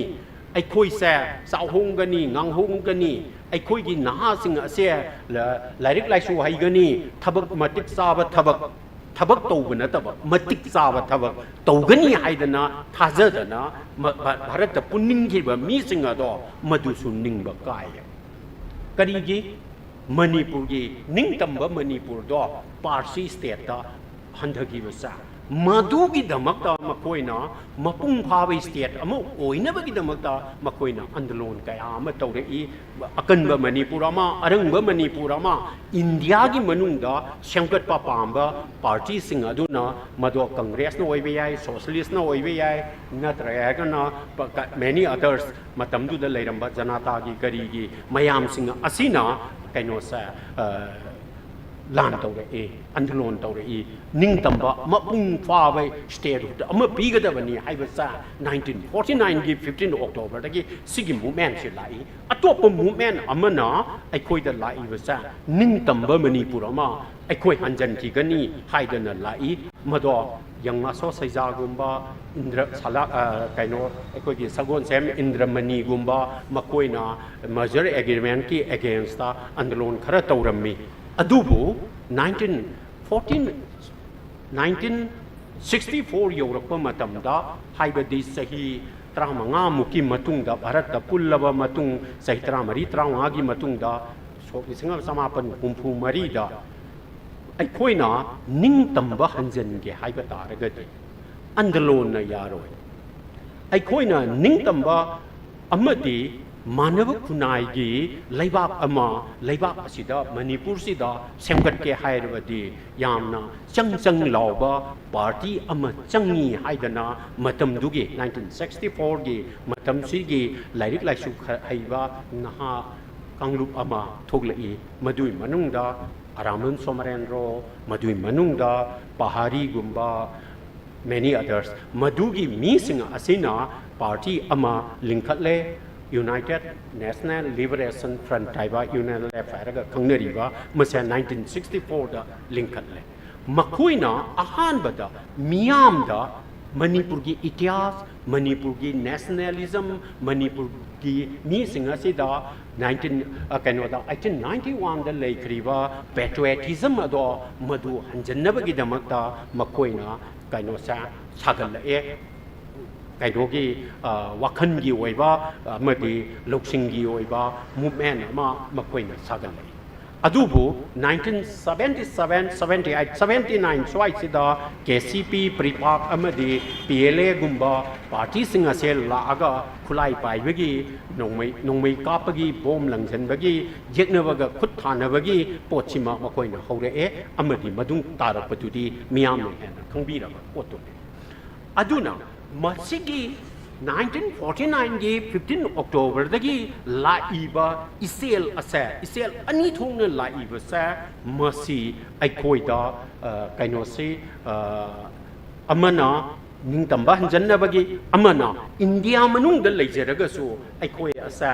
arangba Manipur ama matik saba Manipur ama sengbat pangamni haibagi pot ama ikoida urei adubu 2000 yaurakpa matamda aikoida changnei naba kaino wakhan gi pot mayam ama anowa hore iba angang sing anowa hore iba naharon sing gi marakta animak ase mawa lodaba aduga aikoi asa ꯑꯩꯈꯣꯏ ꯍꯥꯏꯕꯒꯤꯗꯃꯛꯇ ꯃꯅꯤꯄꯨꯔ ꯍꯥꯏꯕꯒꯤꯗꯃꯛꯇ ꯑꯩꯈꯣꯏꯅ ꯇꯧꯒꯗꯧꯔꯤꯕ ꯄꯣꯠꯁꯦ ꯀꯔꯤꯅꯣ ꯍꯥꯏꯕꯒꯤ ꯃꯍꯨꯠꯇ ꯑꯩꯈꯣꯏꯗ ꯁꯤꯡꯅꯔꯛꯄ episode ꯃꯆꯥ ꯃꯆꯥꯗ ꯍꯥꯏꯕꯗꯤ ꯑꯩꯈꯣꯏꯒꯤ ꯀꯔꯤ ꯍꯥꯏꯁꯤꯒꯦ ꯃꯅꯣꯔꯃꯥꯒꯨꯝꯕ ꯅꯠꯇ꯭ꯔꯒꯅ ꯀꯅꯥꯅꯣ ꯑꯃ ꯂꯩꯈꯤꯗꯕꯗ ꯀꯩꯅꯣ ꯑꯃ ꯁꯤꯔꯝꯃꯦ ꯍꯥꯏꯕꯗ ꯀꯩꯅꯣ ꯑꯃ ꯐꯨꯔꯝꯃꯦ ꯍꯥꯏꯕꯗ ꯏꯄꯤꯁꯣꯗꯤꯛ ꯑꯣꯏꯕ ꯔꯤꯌꯦꯛꯁꯟ ꯃꯌꯥꯝ ꯑꯃ ꯄꯤꯔꯒ ꯃꯨꯚꯃꯦꯟ ꯑꯃ ꯁꯥꯒꯠꯂꯛꯄꯒꯤ ꯄꯣꯠꯁꯦ 2000ꯒꯤ ꯃꯇꯨꯡꯗꯒꯤ ꯑꯩꯈꯣꯏꯅ ꯈꯔ ꯍꯦꯟꯅ ꯍꯟꯊꯔꯛꯄꯒꯤ ꯄꯣꯠꯁꯤꯃ ꯑꯩꯈꯣꯏꯗ ꯎꯔꯤ ꯑꯗꯨꯅ ꯉꯁꯤꯗꯤ ꯌꯦꯡꯕꯤꯌꯣ ꯉꯁꯤꯗꯤ ꯑꯩꯈꯣꯏꯒꯤ ꯄꯥꯟꯊꯣꯏꯕꯤ ꯁꯤꯗꯕ ꯃꯄꯨ ꯁꯅꯥꯃꯍꯤ ꯄꯥꯈꯪꯕ ꯄꯥꯟꯊꯣꯏꯕꯤ ꯏꯃꯣꯏꯅꯨ ꯏꯔꯩꯃ ꯑꯩꯈꯣꯏꯒꯤ ꯎꯃꯪ ꯂꯥꯏ ꯃꯌꯥꯝ ꯑꯃ ꯃꯁꯤꯒꯤ ꯂꯥꯏ ꯃꯌꯥꯝꯁꯤꯡ ꯑꯁꯦ ꯃꯁꯤꯒꯤ ꯂꯥꯏ ꯃꯌꯥꯝꯁꯤꯒ ꯀꯣꯟꯅꯕ ꯑꯩꯈꯣꯏꯒꯤ ꯇꯣꯉꯥꯟꯕ ꯐꯤꯂꯣꯁꯣꯐꯤ ꯑꯃ ꯃꯗꯨꯒꯤ ꯎꯃꯪ ꯂꯥꯏꯒꯤ ꯑꯣꯏꯔꯣ ꯁꯅꯥꯃꯍꯤꯒꯤ ꯑꯣꯏꯔꯣ ꯄꯥꯈꯪꯕꯒꯤ ꯑꯣꯏꯔꯣ ꯃꯁꯤꯒꯤ ꯂꯩꯔꯤꯕ ꯂꯥꯏ ꯃꯌꯥꯝꯁꯤꯡ ꯑꯁꯤꯒꯤ ꯇꯣꯉꯥꯟꯕ ꯐꯤꯂꯣꯁꯣꯐꯤ ꯇꯣꯉꯥꯟꯕ ꯀꯩꯅꯣꯁꯦ ꯏꯔꯥꯠ ꯊꯧꯅꯤꯒꯤ ꯃꯁꯤꯒꯤ ꯄꯣꯠ ꯑꯁꯦ ꯑꯩꯈꯣꯏꯒꯤ ꯂꯥꯏꯅꯤꯡ ꯑꯁꯦ ꯃꯁꯤ ꯑꯇꯣꯞꯄ ꯂꯥꯏꯅꯤꯡꯗꯒꯤ ꯀꯔꯤꯁꯨ ꯇꯥꯕ ꯅꯠꯇꯦ ꯑꯩꯈꯣꯏꯗ ꯂꯥꯏ ꯅꯤꯡꯅꯕꯒꯤ ꯇꯦꯛꯁ ꯂꯩ ꯂꯥꯏ ꯀꯅꯥꯅ ꯄꯨꯖꯥ ꯇꯧꯒꯗꯕꯅꯣ ꯂꯥꯏ ꯀꯅꯥꯅ ꯈꯣꯔꯝꯒꯗꯕꯅꯣ ꯀꯃꯥꯏꯅ ꯈꯣꯔꯝꯒꯗꯕꯅꯣ ꯀꯔꯤ ꯀꯠꯀꯗꯕꯅꯣ ꯀꯠꯂꯤꯕꯒꯤ ꯃꯔꯝꯗꯨ ꯀꯔꯤꯒꯤꯅꯣ ꯀꯅꯥꯅ ꯀꯠꯀꯗꯕꯅꯣ ꯀꯃꯥꯏꯅ ꯀꯠꯀꯗꯕꯅꯣ ꯀꯗꯥꯏꯗ ꯀꯠꯀꯗꯕꯅꯣ ꯍꯥꯏꯕꯁꯦ ꯃꯁꯤꯒꯤ ꯆꯞ ꯆꯥꯕ ꯂꯦꯡꯗ꯭ꯔꯕ ꯋꯥꯈꯜꯂꯣꯟ ꯑꯃ ꯀꯩꯅꯣ ꯑꯃ ꯀꯔꯤ ꯍꯥꯏꯁꯤꯒꯦ ꯐꯤꯂꯣꯁꯣꯐꯤ ꯑꯃ ꯑꯩꯈꯣꯏꯗ ꯂꯩꯔꯤꯕ ꯁꯅꯥꯃꯍꯤꯒꯤ और पाखंबगी पाफलसिंग असिगी आथसा मसी गणेश की नत्रगन दुर्गा की नत्रे हैरगन क्राइस्ट की नत्रे हैरगन अल्लाह की लेरिबा फिलोसॉफी अदुदगी करिसु ताब नतब करिसु ताब नते मधुदगी हेनबा जगह मयाम अमसु अकोइदे याउरिबने सिगी लाइनिंग सिगी मपु असे मसी अखोई चौखत्तबनी हाइदना अखोई इसाना याहल्लइबसा मसी करिनो आइदो अमत मयाम अमते यंगि अइसे मपान लेबाकी मपान की मीसिंग अदुना हेन चावी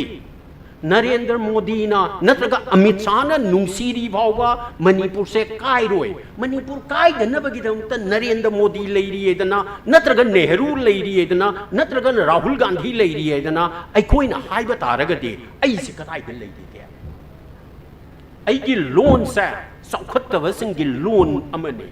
अइ इसामक से सौखत्तब मी कांगलुपनी अइगोंदगिदी मखोइने हेन सिंगी अइगोंदगी अइगी लाइनिंग सिदगी अइगी इमोइनुदगी अइगी पांथोइबिदगी अइगी सनामहिदगी अइगी इरैमेदगी मखोइगी लाइसिंगदुना हेन चावी हाइबा वखल अमा अइखोइदा पोहल्लइबसा मसी थाथाना तेब से अचौबा सिंगनबा अमने सिगी सिंगनबददी अइखोइ खितंग माइरोंग याबदा हंथबा माली मरमदे अइखोइ मीसिंगजिना अइखोइ सा कनानो अमगी ngaklo yaudrabadi अइखोइ सा कइनो से अइखोइदा असिगुंबा मखल अमगी कइनो अमा प्रोटेक्शन अमा पीद्रबदी जाति असे मुथरगनी हाइदना अइखोइदा फाउरेइबा पोट असे मसिना 1891 दा लैख्रिबा सही तरे खुदाको मतमदा लैख्रिबा नापल मधुदा लैख्रिबा लिंगजेन मधुदा लैख्रिबा वाखलोन अदो मधुदगी नाथैरबने अइगे इमुंग दा सनामहि लाटली अइना थोलगा पाखंग खोरमी अदुदा नतना अइ गोविंदसु खोरमी गोविंददुगा पाखंगगा कमाइन तौब मतमदा खोरमगनी हाइबगी असुक फजब कांगलोन अमा अइगे कोक्सिदा याउरी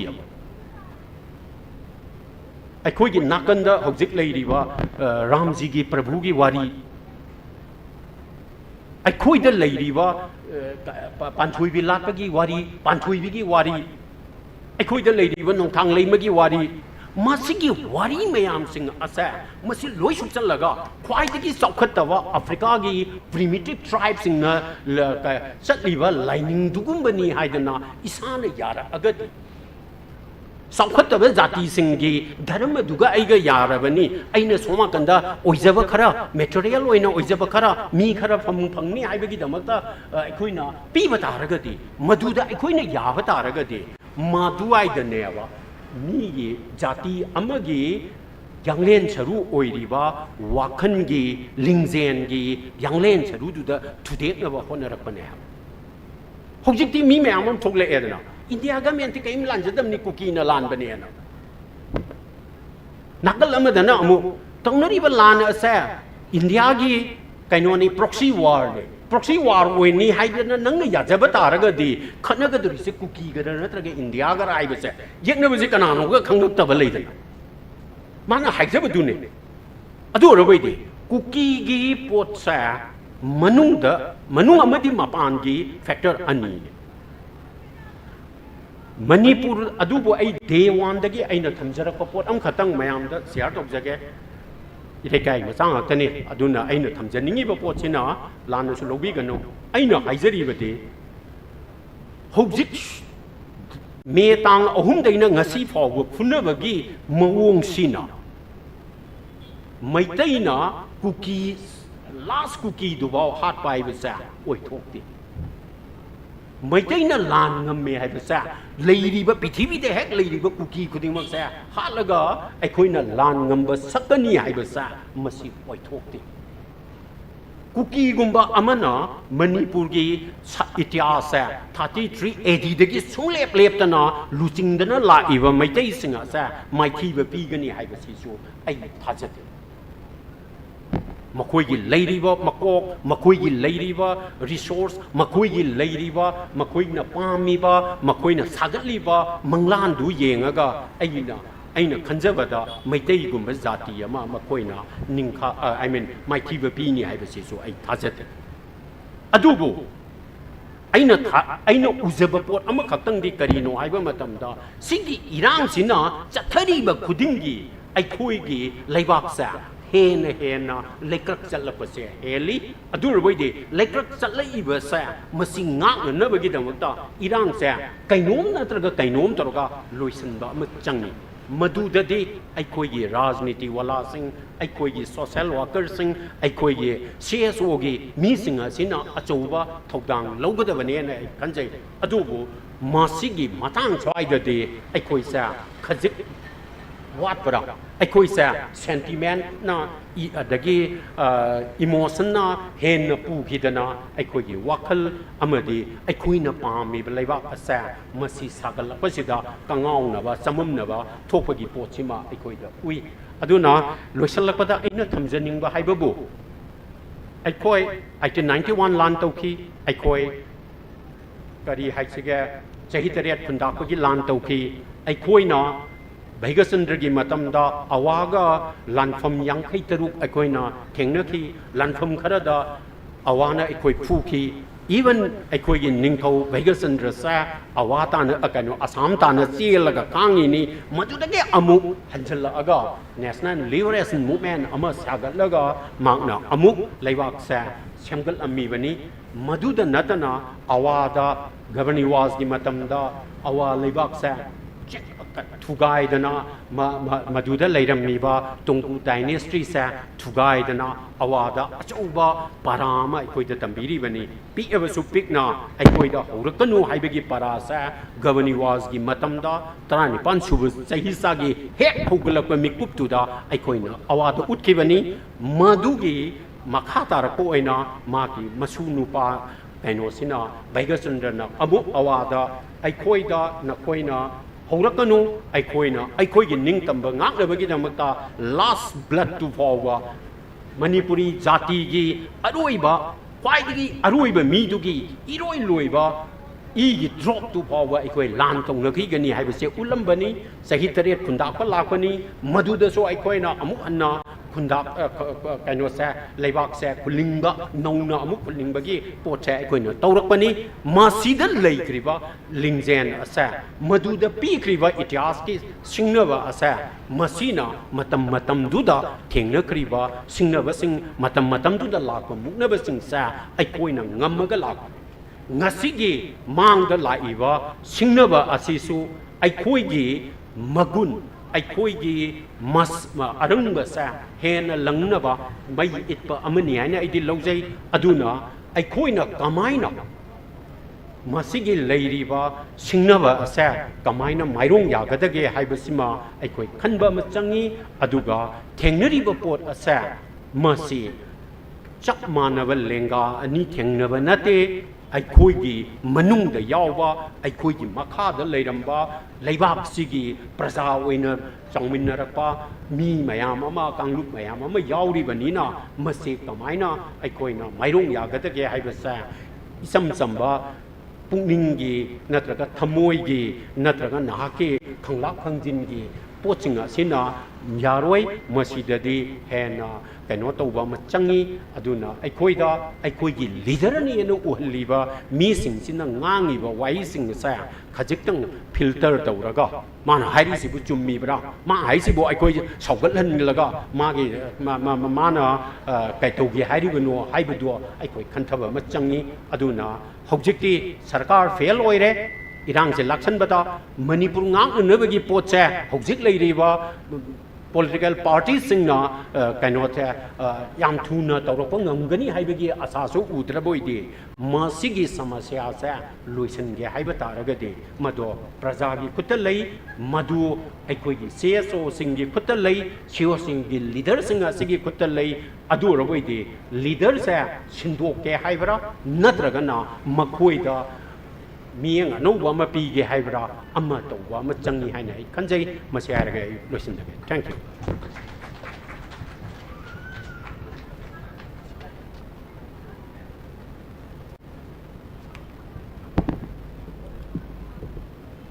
ओके इकाई खुमनजरिबा ngasiगी wangangloi oina lebiriba maru arun professor arun kumar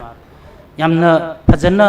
thambikhiba ngasi topic ka mari leinana thambikhiba thongdokpikiba wapam singni ai mayamda yam tenna khajik yamna phajana mayamda explain tawkiba wapam do mayamna wahang tabuiba matamda karingba khangningba hangningba ta kitang mateng oinana ba ai samlapna mutanggan ningsingjage aduga mayamdagi kari kari wahang hangbiningba कोई ngasi lingchin biriba ojagi maphamda mayamna wahang hangbiu ai yam tenna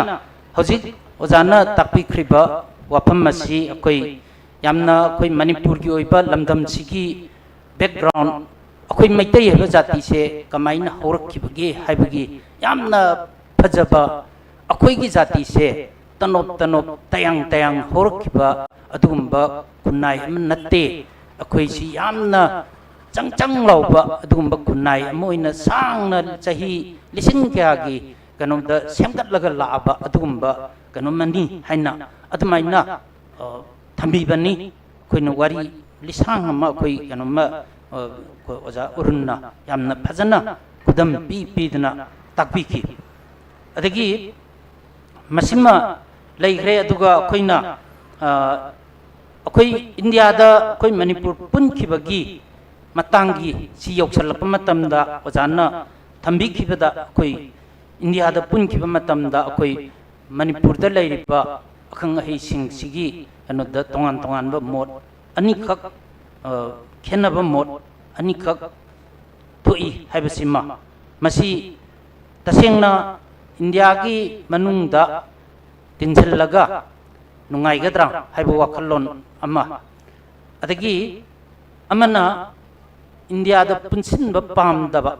akoi han leijaba akoi gi ning tam na leijaram do madu da leijage haina haibu kangbu amma sumaina leirakhi haibsima koi ojana bibi ba matam da yamna mayek sengna thambikhi madugi kanastai da aduna adum mapung oibada koina matam jaida Bharat की ओइबा communist की movement अमसु कोई ओजाना Thumby मरोइन India की तोंगान तोंगान बा लमसिंगदा हौरखिबे इहौदा कोई मणिपुर की सु कोई मियामगी लुचिंग इराबोट हाइन खंगनबा कोई लमजान इराबोट न लुचिंगगा मान लौगिबा कोई लमदम सिदा प्रजा सिंगी निंग तंबा प्रजा सिंगी कनोसे कमाइना तानब फंगदगे हैबसे अदुदा इरापत की ओइबो वखल्लोंददी मसी इंडिया दा तसेंगना पुंजिनबना फबरा नत्रगा इंडिया दगी तोखाइना लेबना फबरा हाइबगी कनोसी यामना अखोइदा खजिक्तंगदी नो जयतनबा खितंगदी लई हाइबो वाफम सिमसु थंबिरम्मी अदुगा अमुक अतोपा अमना लिसिंग मगा चमापन निफुमापनगी सैदा निंगथौना कनोसे अखोइ सही तब हाइबतारे भारत पुंजनबगी सही तब मतम सैदा हौगिबे इहौ मसी तसेंगना हायरगदी मतम सिदा अखोइना यामना मरुओइना मतम सिगी प्रजा सिंगदा अहोब अमा लैगी वाफमसे अखोइ प्रजा सिंगसे करी तौरगा लेहौगे मतमदुदा लैरिबा लैरमगदबा लैरिबा अखोइगी अखंग अहिसिंग हौजिकदा हायरगा अखोइ CSO इदी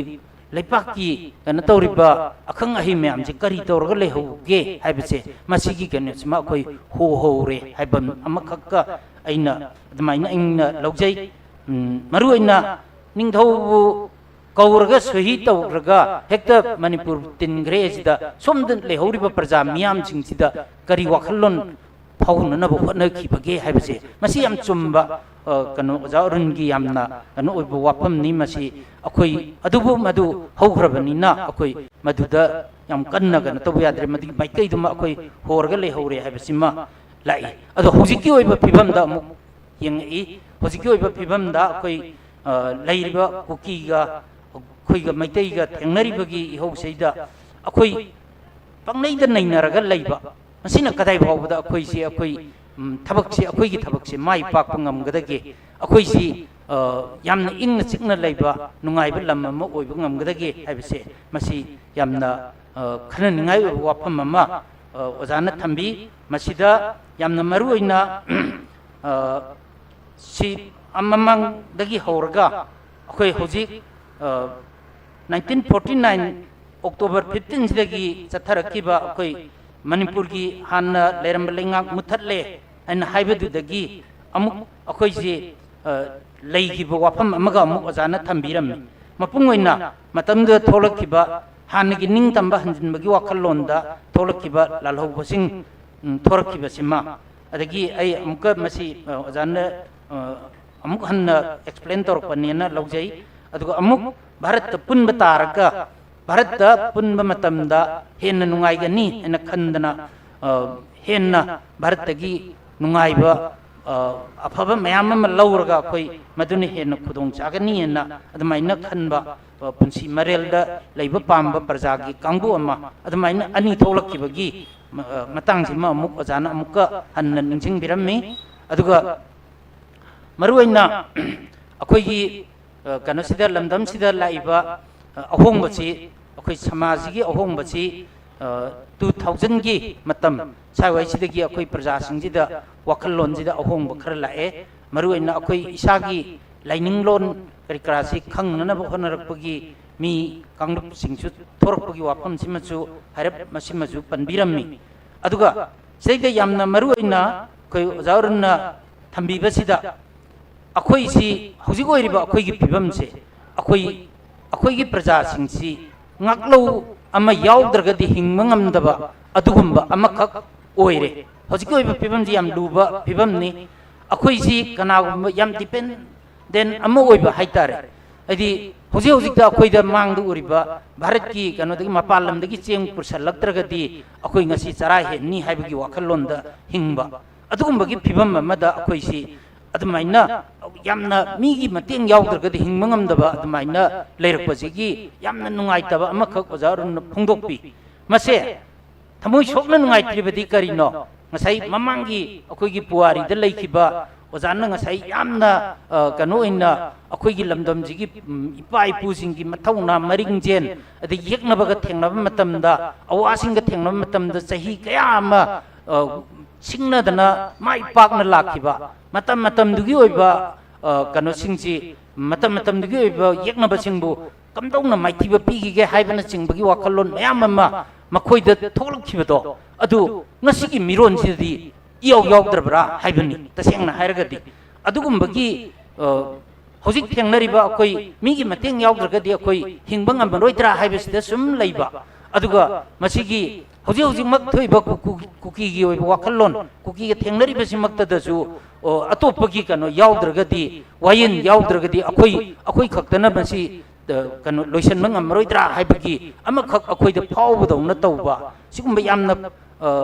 bungning wakal handarakpa adai akoi gi luching basi min man taraktabagi yam nungai taba sigumba wakallon amaka akoi da phawribase masigi nungnangba amaka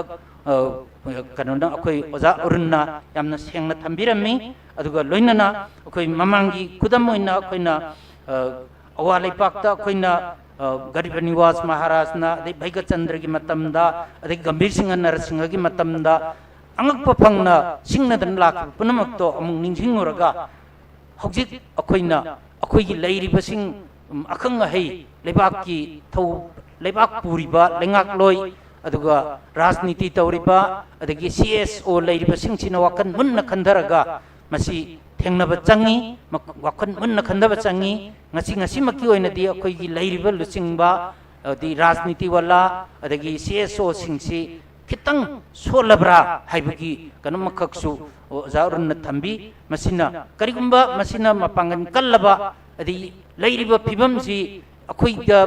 akoi si tolabani na khalliba wakanse masi phagallalaga mamangai gi akoi gi ipai pusing dugi wakal lingjen thongna do matam ji oiba phibam ji mayuk narakanda madu thengnaba ngamba amma thokla agati akoi gi ngasi gi phibam se soidana mayuk naba ngamgani haibasima ozagi wakallonda mapungoina thambirami haibasima ai mayamda masima samlapna thamjage hojiksi aina ozana thambikiba mayamsi mayamda aina hairibasida khajitang aso engam yaubirambasu yai ozana ningba thungdaba aina khara samlapna phongdokjabasi mayamda nungainabani ada mayamgi mafamdagi khangbi ningba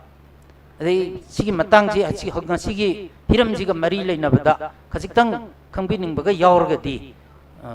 mayamdagi atum yamna masi akoi ima isa kan ngaktani marup mapang isilinau ngaktani dei lengsin biriba wangang loiso koi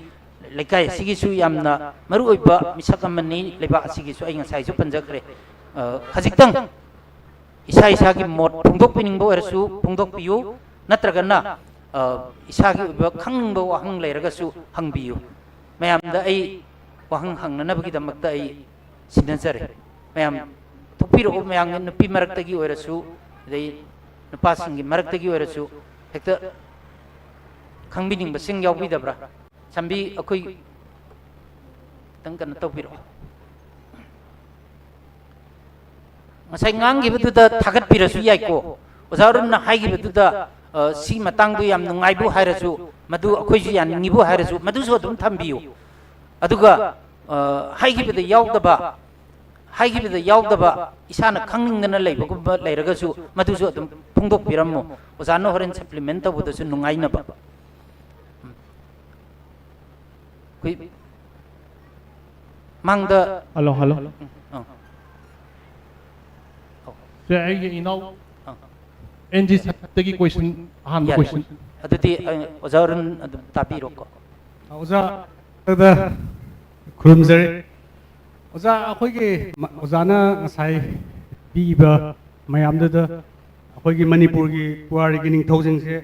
akoigi yam thona phaba gi akoigi kai hani mi british ka lan soknarasu akoigi british na ngamani khanga ga jo akoi dum akoi thona de hanbal legi deba aduyda akoina akoigi buddhasanda maharaj sign signature tawgiba matam duda ko mana noina hatlasu sirasu ai signature tawba ngamoina kaiguma mana phire ama lepamadi ko akoi amona nungai jagani adu kai marangi adumado magi ningthaugi koi manipur gi ningthauda adum thongna ama kara watkibodo koi nungai jade any adudai da ozagi akoi yam kana details ti khangjadre mai weakness se matang da ma signature tawmda da magi weakness ama leigre adu kai magi loophole lo kai oigedagena habi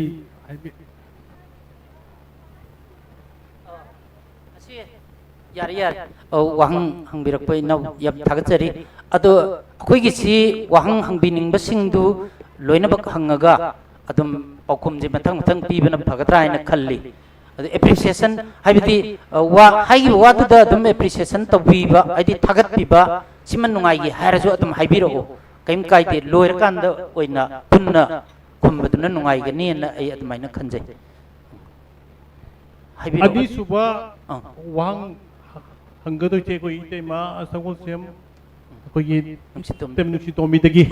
ꯃꯥꯏ ꯀꯣꯏꯁꯟꯁꯤ ꯁꯤꯅꯤ ꯃꯅꯤꯄꯨꯔꯗ ꯑꯩꯈꯣꯏꯒꯤ CSOꯁꯤꯡ ꯑꯗꯒꯤ ꯁꯥꯇ꯭ꯔꯒꯤ ꯁꯪꯁꯊꯥꯟ ꯇꯣꯉꯥꯟ ꯇꯣꯉꯥꯟꯕ ꯑꯩꯈꯣꯏ ꯄꯨꯟꯁꯟꯒꯗꯕꯅꯤ ꯍꯥꯏꯔꯒ ꯔꯥꯖꯅꯤꯇꯤꯒꯤꯁꯨ ꯃꯁꯤꯡ ꯌꯥꯝꯃꯛꯄ CSOꯁꯨ ꯃꯁꯤꯡ ꯌꯥꯝꯃꯛꯄ ꯁꯥꯇ꯭ꯔ ꯁꯪꯁꯊꯥꯟꯁꯨ ꯃꯁꯤꯡ ꯌꯥꯝꯃꯛꯄ ꯍꯥꯏꯔꯤꯕ ꯁꯪꯁꯊꯥꯟꯁꯤꯡꯁꯤꯗ ꯇꯣꯉꯥꯟ ꯇꯣꯉꯥꯟꯅ ꯇꯥꯅꯤꯡꯉꯤꯕꯒꯤ ꯋꯥꯈꯜꯂꯣꯟꯁꯦ ꯃꯁꯤ ꯀꯔꯤꯅꯦꯅ ꯈꯟꯕꯤꯒꯦ ꯑꯗꯨꯒ ꯄꯨꯟꯁꯟꯕꯗ ꯀꯔꯝꯕ ꯃꯦꯀꯥꯅꯤꯖꯝ ꯁꯤꯖꯤꯟꯅꯔꯒ ꯄꯨꯟꯁꯟꯕ ꯌꯥꯒꯗꯒꯦ ꯍꯥꯏꯗꯤ ꯄꯨꯟꯁꯟꯒꯗꯕꯅꯤ ꯍꯥꯏꯔꯒ CSOꯁꯤꯡ ꯂꯩꯁꯤꯡꯁꯤ ꯇꯣꯉꯥꯟ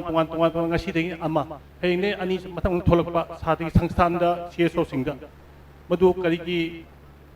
मौंग की तोान तागिबनो अदुगा मोगी पुंसनबगी मेकानिजम सिना करीनो सिना अनिसुबा क्वेश्चन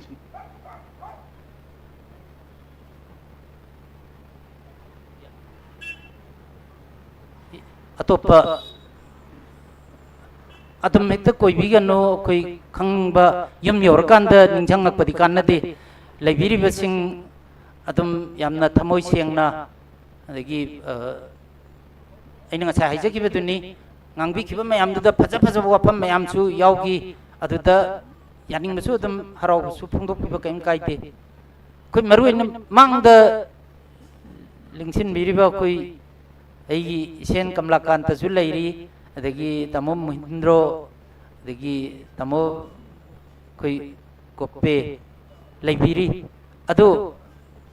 ꯑꯍꯨꯝꯁꯨꯕ ꯋꯥꯍꯪ ꯑꯃꯈꯛ Minga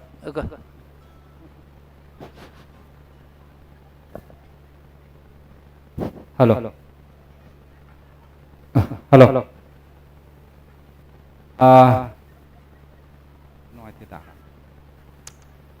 Ngasai aikoina ligna kanjaramba aidi thambiba topic tu de akoi gi yamba haisu dum ya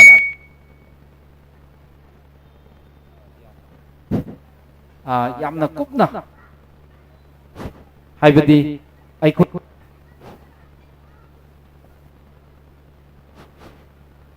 hello yam kupna hello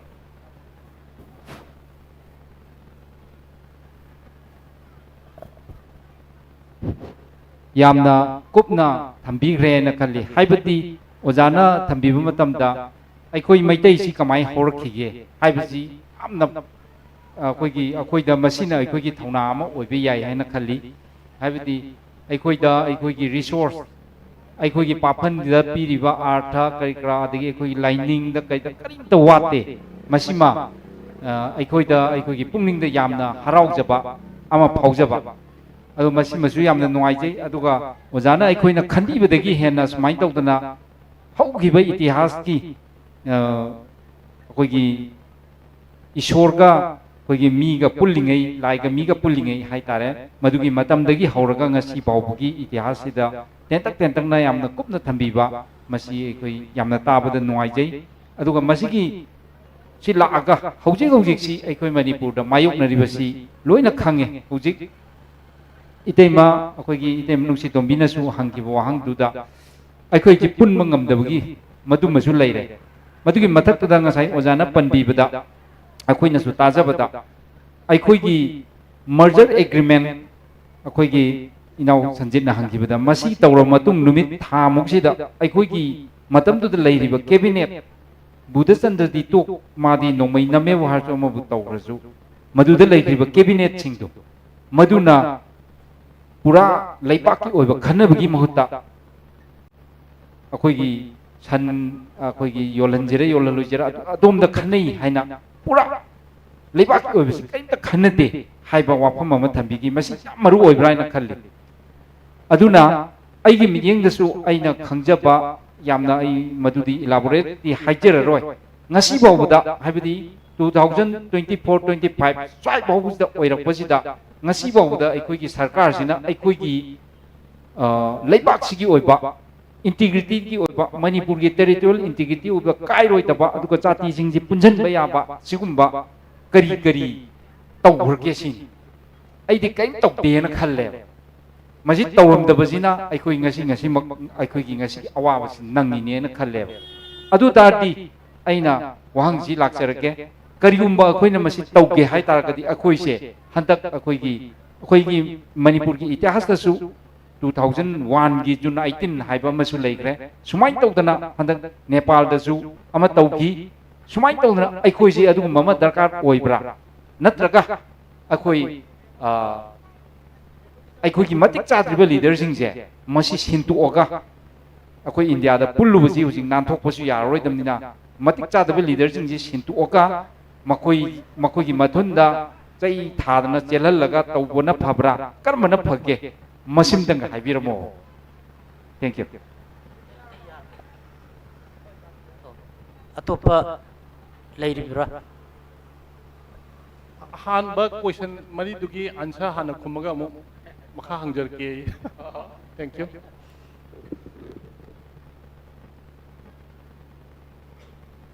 1949 की merger agreement से सिलोंग दा तौबा मा कमाइना सत लगा सिलोंग दा merger तौसी हाइदना कौब नते अतोपा वारम खरा खन्ना ने ना हाइरगा मणिपुर की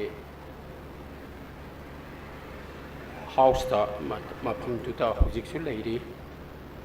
मदुदा मा लेरे अदुगा इंडिया की representative ka maga wari sana aduga soi tong na bani mangna soi tong tringai di marak sida mayam na hainari ba dagi ekoi ge sanasam gaura hari ma kariya ba maduna silong 1949 di ba hanse makoi na piri ba account sina kitang tongan le aina uzabadadi 1949 ta mahaksi thamme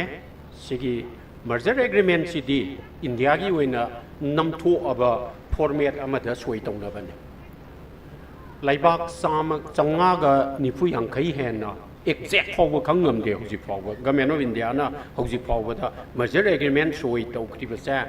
laibak kaya no haibasi hoji pawdi india na ainam de maramdi changa nifu yangkai humpu khana na chang chatruk tara kaina iba mayam ma yawi anyway masida format amada soi tawhan bani mayam si loina ba adum masa na yana urisia da nifu yangkai hena bihar da samri acham sani hena dagi kaino da acham sani hena up gi madhya pradesh ki mayam ma soi tawna bani manipur gi dana buddhachandra maharaj na mak soi taw haibasida mak yadre aduga 1949 gi September yokshala avani 1950 gi January da Indian Constitution sa sem na nabagi warep na badi warep na rabani aduna tha ahum mari da ngai rabani na yam thu na moina soi tawhan ni soi tawna bo hona ba sida factor ani khak sangni factor ani khak yam na maru oina soi tawhan ba sida nampu da tawhan na bagi maram oiki amana Manipur Bengal Manipur, Burma, amadi kainoda China da communist movement laibasa masi pulab samnagi bataragadi communist ki corridor ama kanosa Manipur lan la aga Manipur da communist base oiraga Assam amadi atai lam da su sandora kadra haibagi ki basina Indiana magi kainosa merger jam tu na tongna na bagi nampu sason to nampu hapu to bagi pochima matam du da hainaki machidi record ta yogna te machidi tuan ba a personal interview sing da kari da thoglak ba as well as Manipur gi Manipur अमदी अवांग नोंपोक भारत की मतंग खन्नब मतमदा constituent assembly दा Indian constitution सेमीबा अदुगुम्बा असेंबली दुदा मसिगी पोचा हियर एंड देयर रिफ्लेक्ट तोवे करीगुम्बा नंगना सोई तो याद्रबोइते नंगी नहुद अतोपा अमा हापगा मा सोई तोहनगनी as well as nangna sida house arrest torga tamaga nangi lamda aikoina landagani haibagi ingit sima mana piba mali maduna numit nini humni gi madugi pressure duda kanamta tana kano se wa tana na su leitaba kaidoba maduda magna soi torom bijai karigumba matam duda ityas nei na badadi ifs and buts हाइदे अदु तौरमबदी अदु तौरमोइद्रा हाइबगी पोचिमदी इतिहास नैनबददी याउदे अदुबु सुम ताब नुंगाइनबगी दमक्तदी अखोइना करीगुम्बा बुद्धचंद्रना मुक्नदना नत्रे हायरगना मतमदुदा लैरम्मीबा मणिपुरगी cabinet की मीसिंगदुना खजिक्तंग थौना लैरम्मगा अखोइना सोई माना सोई तौजरुरगसु सोई तौबा ngambagi शक्ति दुदुदी मंगोंदा लैत्रे मरमदि अखोइगी सा डेमोक्रेटिक गवर्नमेंट नि अदुगा कनो महाराज से जस्ट नॉमिनल हेड नि माना सोई तौगे हायरदी कैबिनेट तगे अयाब लौगदबनी हाइदना मुअम्मबा अदु ओइरगदी इतिहास की ममन से अखोइगी कनो सा खजिक्तंगदी वांखलमगनी अदुबु नमफुदा लौसनबगी पोचिमदी अदुमक तारमबसु याय अदु ओइरगदी हौजिक येतनरीबा नमफुनी नमफु नती हाइबदो क्लियर कट खरा अखोइ पिक्चर खरा उरमबा याय हैना अइ खनजे देन अतोप वाफम अमना हौजिक मणिपुरदा मयाम तोइनदी हाइने अखोइ पुनसन न यात्रा अखोइ पुनसन न यात्रा हैना पुनसन न दुइसी पुनसन न द्रदी कै कै के हाइबा म लाएबा पुनसन न बसे मोट मानदब मी पुनसन न बसी कानदब पोनेना अइ खनजे अदुगा मयामना यामना तोइना हाइनरिबा सीएसओ सिंग पुनसन न यात्रा अदु पुनसन न यात्रा राजनीति वाला अमत ओइना पुनसन न यात्रा हैना हाइबसा पुनसन बा हाइबसिना और यूनिटी हाइबा यूनिटरी ओइबा पोचा अमा खतंग गाइबा पोचा मसी अखोइदा थोइदोकना मदो प्रोग्रेसिव ओइदे मोट मानदर कांदनी अखोइदा प्रोग्रेसिव ओइदिसा तौबदबो अइना थाजरिबा मोचा मसी अइना चपचाना ngaga chatpa mayamna lobiriba manadaba mot leiba mising ado madusu masa masa gi motu da chapchana leptana leinaba oiragadi aikoi sa manglom da sangsan ba su yaya khwai luri di aina amma haiba aigi mot na amma haiba thabak na ma oina taw सरकार चैबा नोंगालक कैनोदना नुमिदांग नुंखिनदना सरकार चैरमगा नुमिदांग वाइरमदना सरकार पाइरिबा मीसिंगदुगा चा थकमिनबा सिगी double standard सिनेबा मणिपुरदा हौजिक लैरिबा लैनासी मोट मानदबददी democracy हाइबसा मोट मानदब मैतै गुम्बा मी लाख 35 लैबा सही लिसिंग मरी मंगा लैबगी इतिहास लैरबा अदुगा तोंगान तोंगानबा राजनीति की इसेल मयाम अमा अखोइगी सिदा हौजिक चु चेलिबा भारत तगे तोखाइना तागदबनी हाइब कांगलुप अमा तोखाइना तागदबनी हाइबसा सिगी मनुंगदसु तोखाइना तारगा अइनु सेमनिंगिबा लैबाक से सीनी तोखाइना तानबगी मवोंग से अइना पामीबदी सीनी हाइदना तोंगान तोंगानबा मोट मयाम अमा लैबा मरमदुना लालहौबा निंगतंबा पोरकनबगी हौरिबा लालहौसिदसु पार्टी मंगा तरुक लैरिबसा मसि प्रॉब्लम नतेबा अइना हाइजरिना असुमाइना मणिपुरगी तुंगी लाइबक हाइबसा मणिपुरगी साउखटपा हाइबसा इंडिया दा पुल्लगा इंडिया दा दुम लैरसु मणिपुर साउखटपा ngमगनी हाइबगी मोचा तोंगान तोंगान बा पॉलिटिकल पार्टी सिंग दा लै बीजेपी ना हाइरिबगा सीपीआई ना हाइरिबगा कांग्रेस ना हाइरिबगा आम आदमी की मी सिंग ना हाइरिबगा जनता युगी देन अनुब थोलक करिनो आइन हाइब थोक्तब ममिंग खरा मदुगी मी सिंग अदुना हाइरिब मयाम से मकोई वाखलोन मानदे मोट मानदे मोहगे प्रोग्राम मानदे लिचत मानदे पांबई मानदे उपाय मानदे मधुगी मीजिंग अदो पुंजल लो आइबसा मसी ओइररोइदब पोट अदुदा नत अदुगा अमुक लालहौबा मयाम सिंगसे नोई निंखा तंबदा निंखा तमनी हाइरमनिना नोई पुंजल लो हाइरबसु मधुदा मानदब मयाम अमा निंखा तंबा हाइबदुदी मानरम याय बट निंखा तमब मतुंग नंग सेमनिंगी बलैबाकसा करम बलैबाक लौमी सिनमीदा युमफम ओइदोरिब्रा शहर द लेरिबा इंटेलेक्चुअल सिंगसिदा युमबी ओइदोरिब्रा नत्रगा हौजिक लेरिबा कनो लिबरल डेमोक्रेसी सिदा थाजबरा नत्रगा ना अखोइना लाइनिंग अमखक्से अखोइगी लैबाकी लाइनिंग ओइना मैतै मरु मैतैगी लाइनिंग से सनामही लालिबसे अखोइगी लैबाकी लाइनिंग ओइना लौनिंगिब्रा नत्रगना लाइनिंग यावदब लैबाक अमा सेमनिंगिब्रा सेकुलर ओइबा सोशलिस्ट ओइबा लैबाक अमा सेमनिंगिब्रा हाइबगी मसाक मयाम सिंगसिददी मानदब चपुन्नम लैय मधुगी मानदब सिंग अदो मधु द इसा इसाना थाजरीब पोतुद चबयुंगना थाजरगा मधुगी तौफम थोप थबकदु तौरक तारगदे लैबाक सिगी वाखंदा लैबाक सिगी इहौदा लैबाक सिगी कैनोदा कांगलोंदा प्रोग्रेशन नम लाकनेबा चपलक अम लाकने हौजिक तौरीसिना माना हाइरिबदो बिरेनगी इडियोलॉजी से करीनेना कोइने येंगे मा हौरकपदा इडियोलॉजी अमदा हौरई सिंजंग पाइरग वासई कांग्रेस यावरूरे अदुदै थोलगा हौजिकना भारत मातागी अदुगी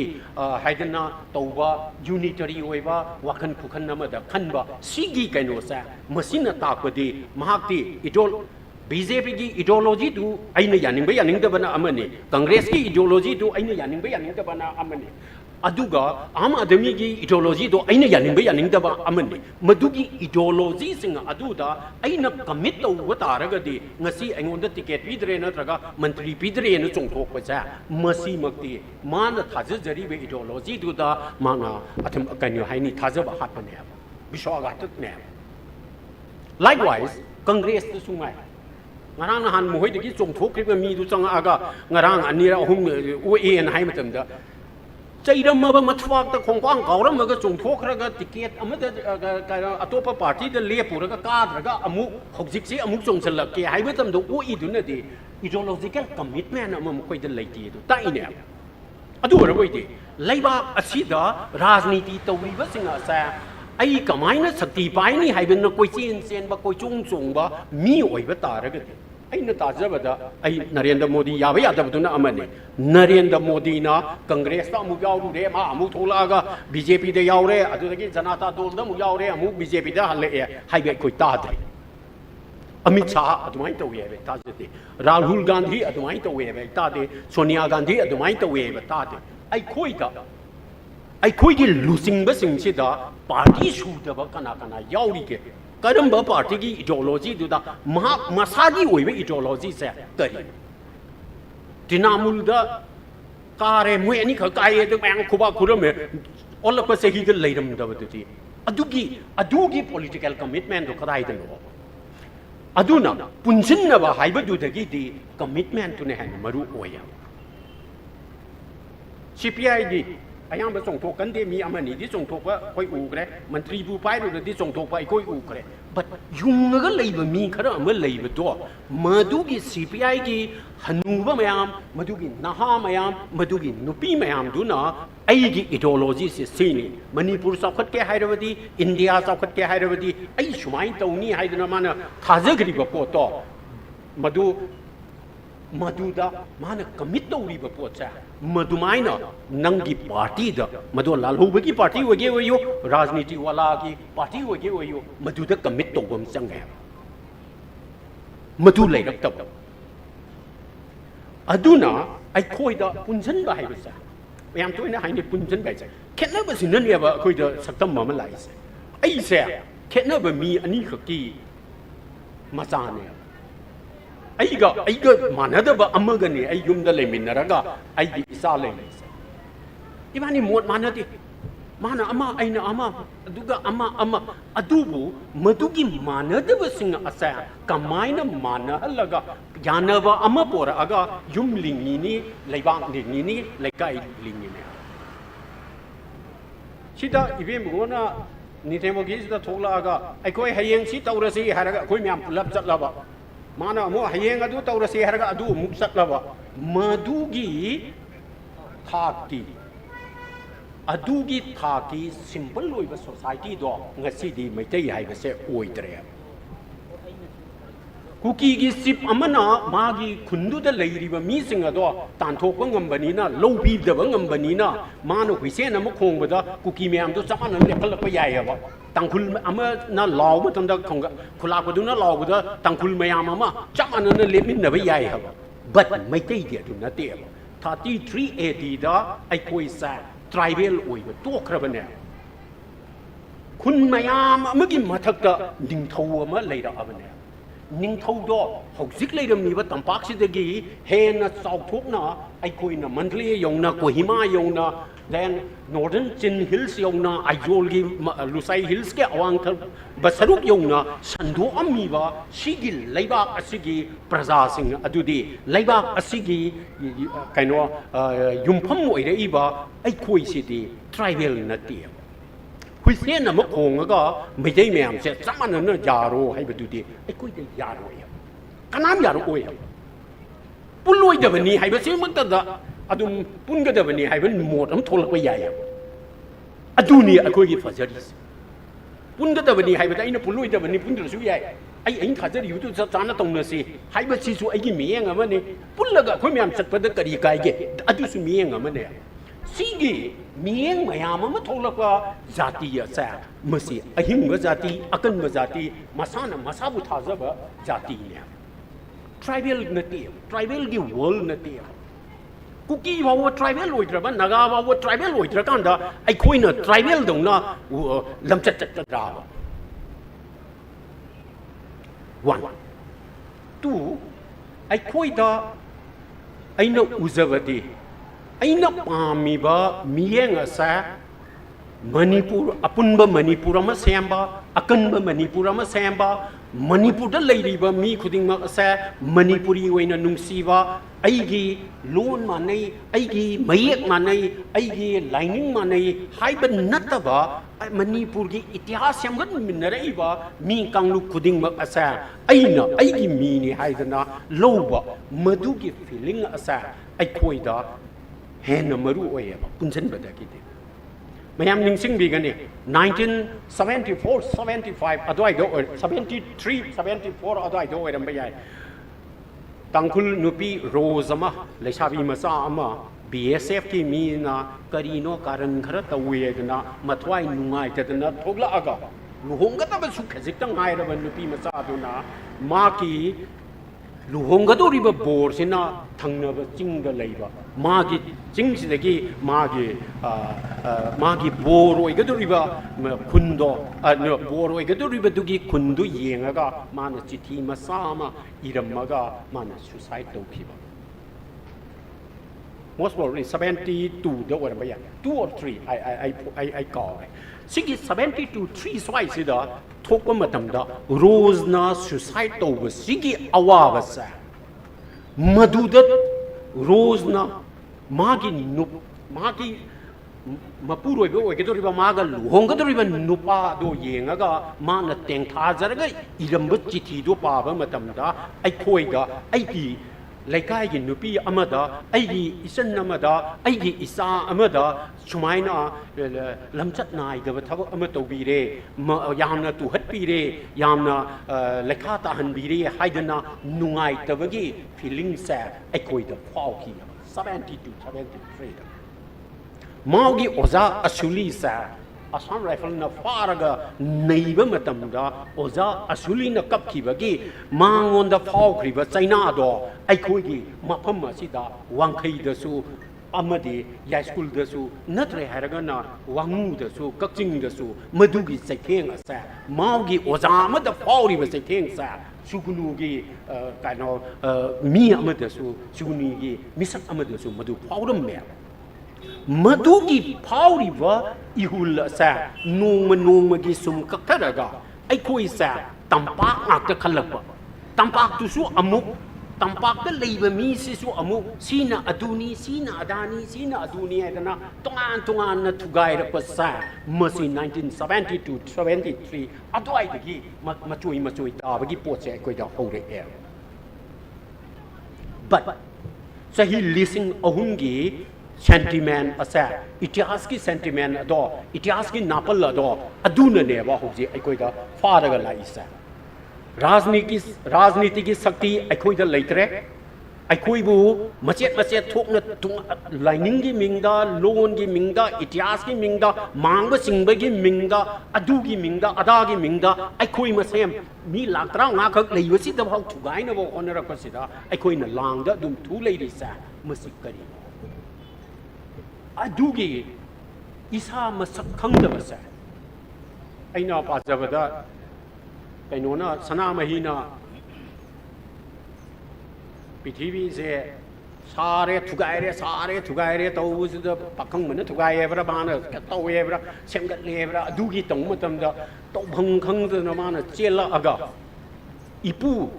अइगी मपु अइगी ओनर अइगी मपु अखोई खुदिंगमकी मपु ताइबंगपानगी मपु नंगबु कदाइदा लेरेबगे हाइदना मपु थीबा मधुदगी पुथीबसा थोइना आइफेट पाजगी चुमबरा लानबरा खंगदे लालगसु मयाम अदुम ngapirani but ngasidi taibangpan ba mapu dugi wana tabada madu yongna di ai khanba ngamjadi ai di sanamai nate ai di pandit amasu nate ai di philosopher amanate ai di hizami rabot gumba mi amsu nate rk mchen gumba mi amsu nate bisesor gumba mi amsu natsadabani na ai di khangjate adubo aina khangjaba amakhatang dadi leibak asigi mapu se kana अखोइगी मपू से पुथीबम चंगे पुथीबम अनौब पुथीबम लेबाक से मपू पृथ्वी के अंत तोपीगरो अखोइगी लेबाक से निंथौना नते governing वास नंगसी लेबाक से निंथौ ओइबे यारोय गंभीर सिंह नंगसी लेबाक से निंथौ ओइबे यारोय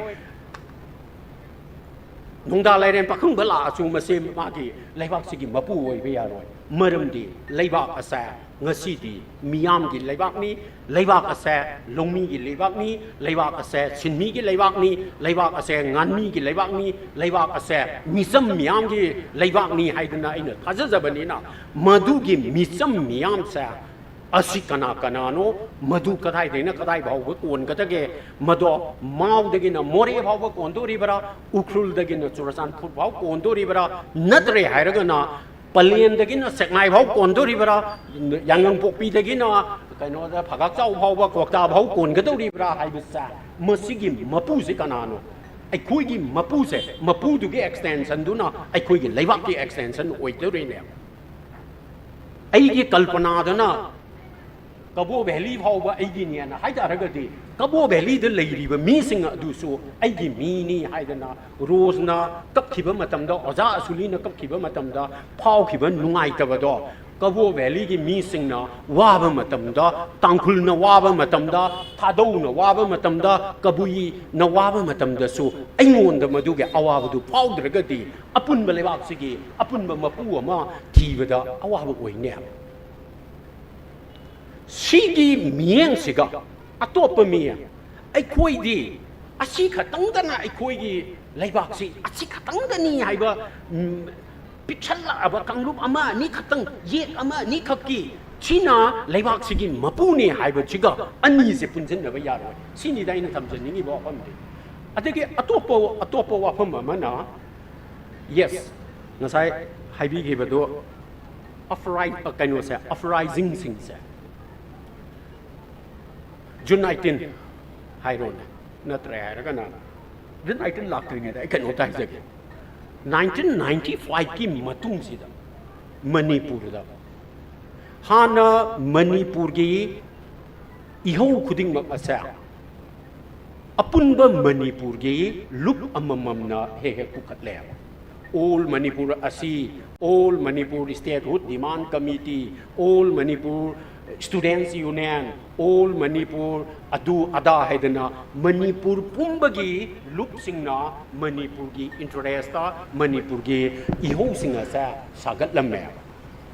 but 1995 की मतुंग मरु ओइना 2000 की मतुंग ददि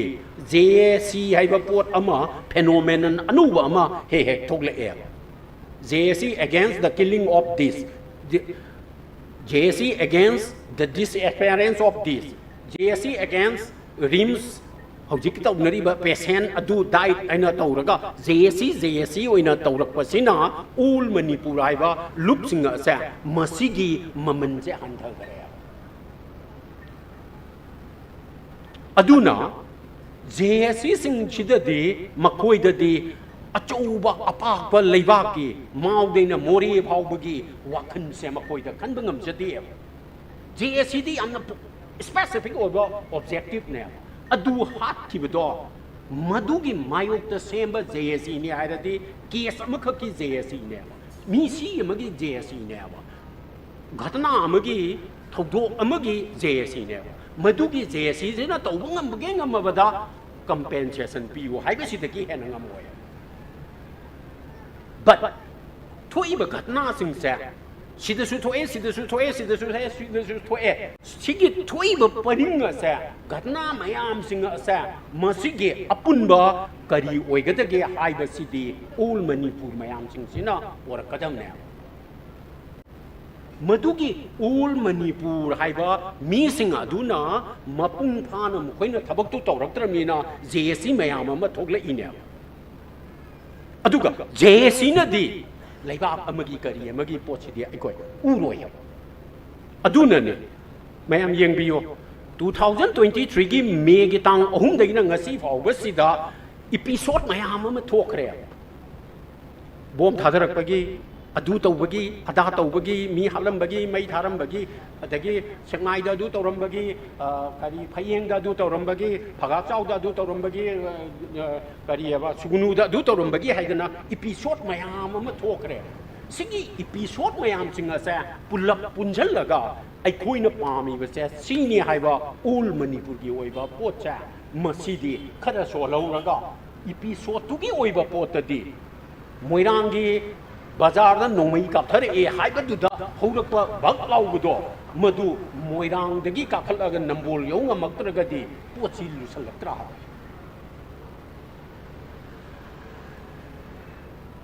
करियबा सोमाकंद पांगई करी अवांग लोमदा लेबा नोमई अमा काथरे ए कैथेन मानबिगिदा दु तौरे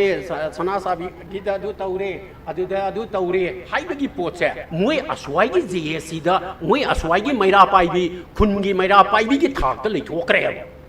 मदुगी पोचे लमलोंग यौरपसे नहावाइदी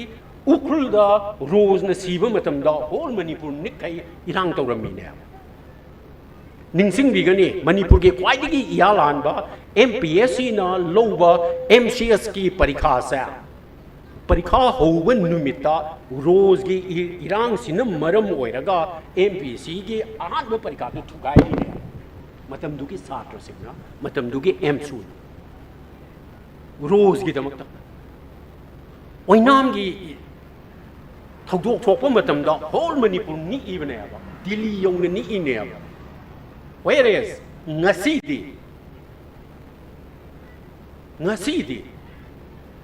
kun ngakpa haina kun gidang oina kundugi lamdamdugi maira paibigi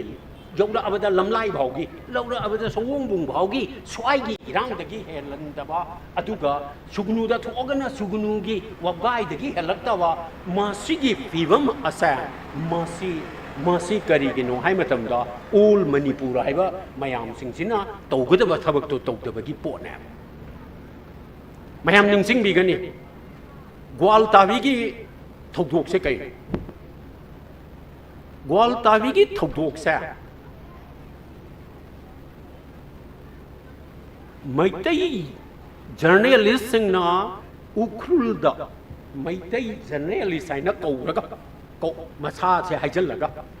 Meena थोनबीरगा मसाना थोनजब नतबा Manipur की जर्नलिस्ट खरा मणिपुर के all Manipur working journalist union Manipur काइनो करी एडिटर्स गिल्ड मणिपुर पनबा मसिगी जर्नलिस्ट खरा मणिपुर की गवर्नमेंट सिलगा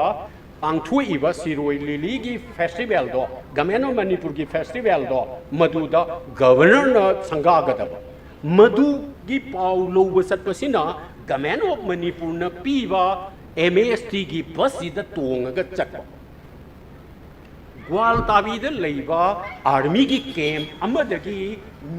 चावगे चाव कैंप चावने के अदुद लेरमदोइदो ब्रिगेडियर दी ओइरमोइदना पिक्रब कैप्टन गुम्बा खदंग मेजोर हाइगद्र करी हाइनो अपिक आर्मी ऑफिसर अमन कुमदरगा नकोई चक्केना हाइरगदी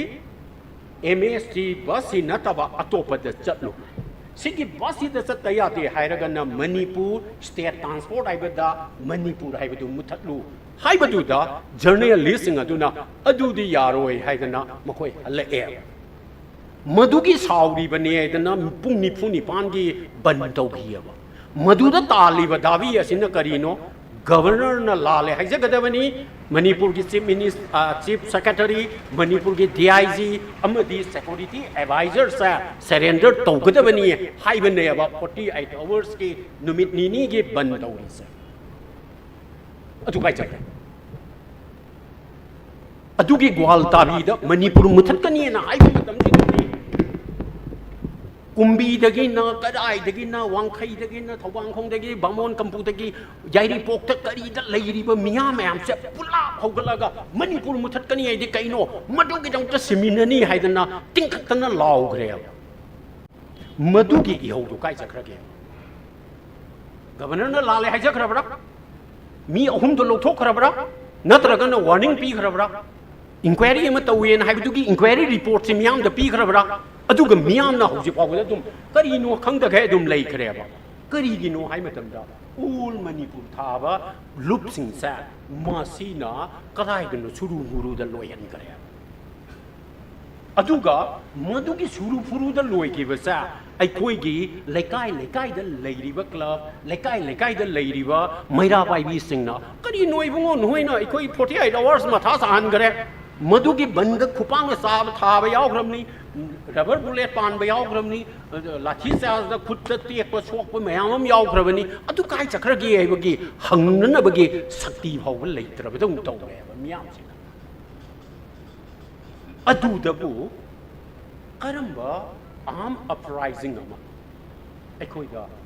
एक्चुअली आर्म नतबा करंबा अपराइजिंग अमा जून 28 काइना करी जून 18 काइना हाय जून 18 न करी अहोंग अखोइदा पोरखे अखोइना पांबा डिमांड अमा फंगी विदाउट टेरिटोरियल लिमिट हाइबा वार्ड टू मुथतकदबनी हाइबा अमा अखोइना फंगी मयामना होगलपनीना अमदि मदो मियाम पुलप होगले ऑल मणिपुर थाबा मयाम दो पुन्न वाक तो मिनरे पुन्न ngangnare पुन्न कइनो वारेप तु लोमिनरे मधुगी ऑल मणिपुर दो ngasi MAST थगी मणिपुर लौथोइबा दाबी दुदा फावबा तुमिन छुरु फुरुदा लोइगिबसिना अइखोइगी अपराइजिंग अमा नेपाल अपराइजिंग गाय तो दुम कानरो नेपाल अपराइजिंग से मंत्री होंदोकवा पार्टी होंदोकवा वानी मथंग चाहिए इलेक्शन तौरनी समानब सिस्टम दुदा दुम लाकनी लाइकवाइज बांग्लादेश ता तौग्रिबा पोचे मतम दुदा आई इसा लोइछलकपदा आई इसा बांग्लादेश ता लेजै यंगजै मधुदा साउरिबा कटौरिबा लाउरिबा मयाम दो मथंग चाहिए भोट तौरनी अदुगा कइनो तौबा याय लाइकवाइज 1988 1988 सॉरी सिंगमा समापन मरफू निपान दा अगस्त की तांग निपान दा हौजी फावदा हाइनरिबा 88 हाइरिसा मसिगी मूवमेंट अमा कइनो दा बर्मादा तौकी मधुगी मूवमेंट अदु लोशलक मतमदा बर्मादा मिलिटरी जुंता की गवर्नमेंट तु खोंगदोगा ओंग सांग सुची की सरकार अमा लापगी करीगी मूवमेंट अमा लाबी अदुबु सुरु फुरुदा अदुजु लोइखरे अदुगा हौजिक तौरिबा मिलिटरी जुंता की मायोक्ता नोंमैसु यावना नोंमै नतबसु यावना बर्मादा तौरिबा इहौसिदी मचेत कायरगा हौजिकसी मांगलोमदा संगसनबा ngamdi मधुगी मरम अमदी करिनो हाय मतमदा मियामदा चपमानबा इहुल अमदा माना तौर असु अइनबु तौर असु लेबाक सिगी याइफनबनी हाइबगी इहुलमा चमानबे इहुलमा अखोइद लेमिनदबगी मदुगी थाजनदबगी पोट अमा अखोइद ले अइना बीरेन कयाम थाजदोइनो बीरेन इबोबी कया थाजदोइनो इबोबीना कनाइजन से आर के मेघेन थाजदोरी बरा आर के मेघेन विशेषोर कयाम थाजखिगे विशेषोरना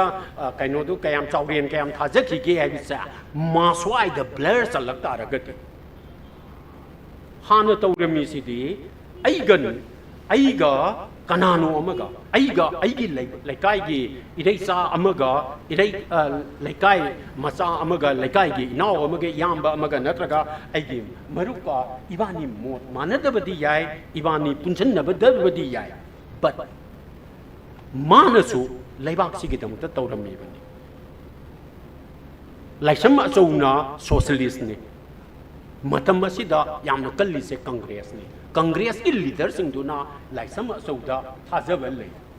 लाइसम अचौनसु मागी मियेंग मानद्रगसु मागी लेबाक खुंगातु मानद्रगसु मोइरांग कोइरेंगदि थाजब ले अदुमाइना मोइरांग कोइरेंगसु बोरबा अब करी बोर ठाकुरदसु थाजब ले युनाम याय मदद थाजब ले हौजिकना मासामक्की सरकार पाइमिनरीबा मी अनि थाजनद्रब मतमसिदा अखोइना मास अपराइजिंग सा कमाइना तौगदगे सा तोंगानबा फॉर्मुला अमा पुथोकपम चंगे सरकार पाइमिनबा अदुगा सरकार पाइमिनरीबा मी सिंग अदुना कांकोकपीदगे अमा हाइरकपा थोंजुदगे अमा हाइरकपा हाइंगांगदगे अमा हाइरकपा कनो यास्कुल केंद्रदगे अमा हाइबा सामानब सरकार दुगी चामानब कैबिनेट मिनिस्टर ओइबा मसे मानद्रब मतमसिदा अखोइना अखोइगी मियाम से थुगाइरिबा मियाम की अपुनब सेंटिमेंट थुगाइरिबा फैक्टर सिंगदो आइडेंटिफाई तौबा मचंगी सो दैट अखोइना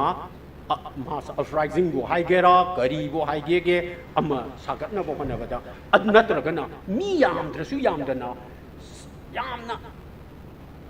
हेक्ता पुंजनरगा नकन्नी हाइबे वानी पुंजनब ngamdre हाइरसु अखोइ चाम खक लेबदा अदुगी चामदुना चमानना इसागी कनो लोकजनाम पुजनाम येंगदना इसागी करप प्रैक्टिस लेतना इरांग से सागलगा आइगी नुपी थब हाफौरगे आइगी पैसा खरा लहौरगे मथंग आई भोट लेपके हाइबगी खुदुंग चाब लोंनिंगदना अखोइ चाम खक मानरगा इनब मतमदा मणिपुर की इतिहास खरा फजनदी उंगने मधुगी खुदम हाइबबो 1968 तगी 1980 फाव लेरमीबा पान मणिपुरी युद्ध लिखी मुई मंगा तरा मुई यांकई मी चाम यामबदा मागे फॉलोअर मयाम दुगे हाइरबदा मी लिसिंग अमा खक लेबा मधुगी मतमदा कांग्रेस ना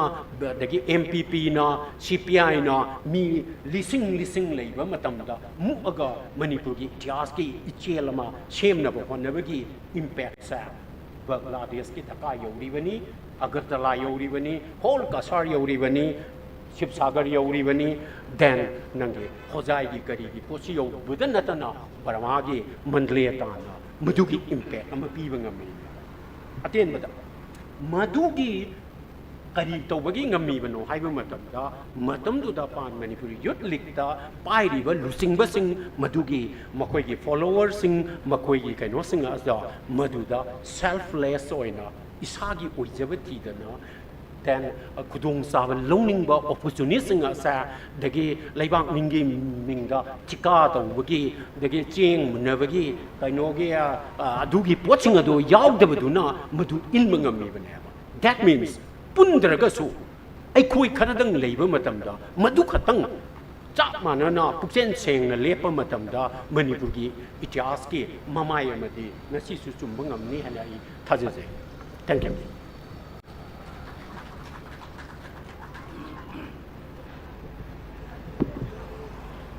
mayam wadi wabiram mani ngaktang warabsu question से wahang hangbiningba हंबिना में कई ले yam maruiba wahang hangbiningba leibiragadi oh la kan the microphone do hello hello Good evening.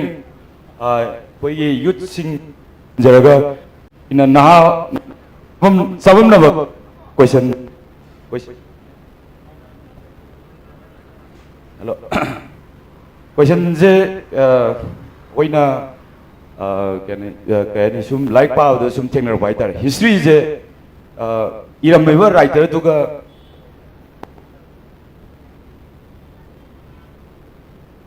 Hello hello micro test hello काफी गिनिंग आपको माइक्रो का बिरा ले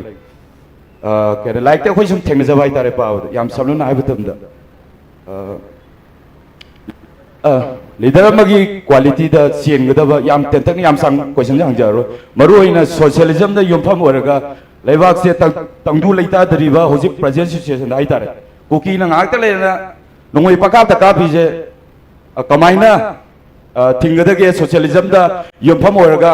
मानव खुनाई पुरकनबा लीडरम दा चेंगदबा सोशलिज्म दा युमफम ओरगा कितंग समलपा आइडिया दो को यूसिंग द पिरम थैंक यू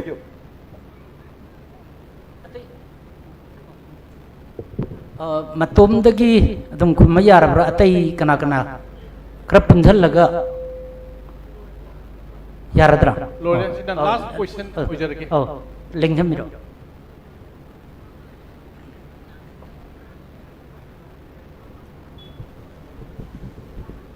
ꯑꯩꯈꯣꯏꯅ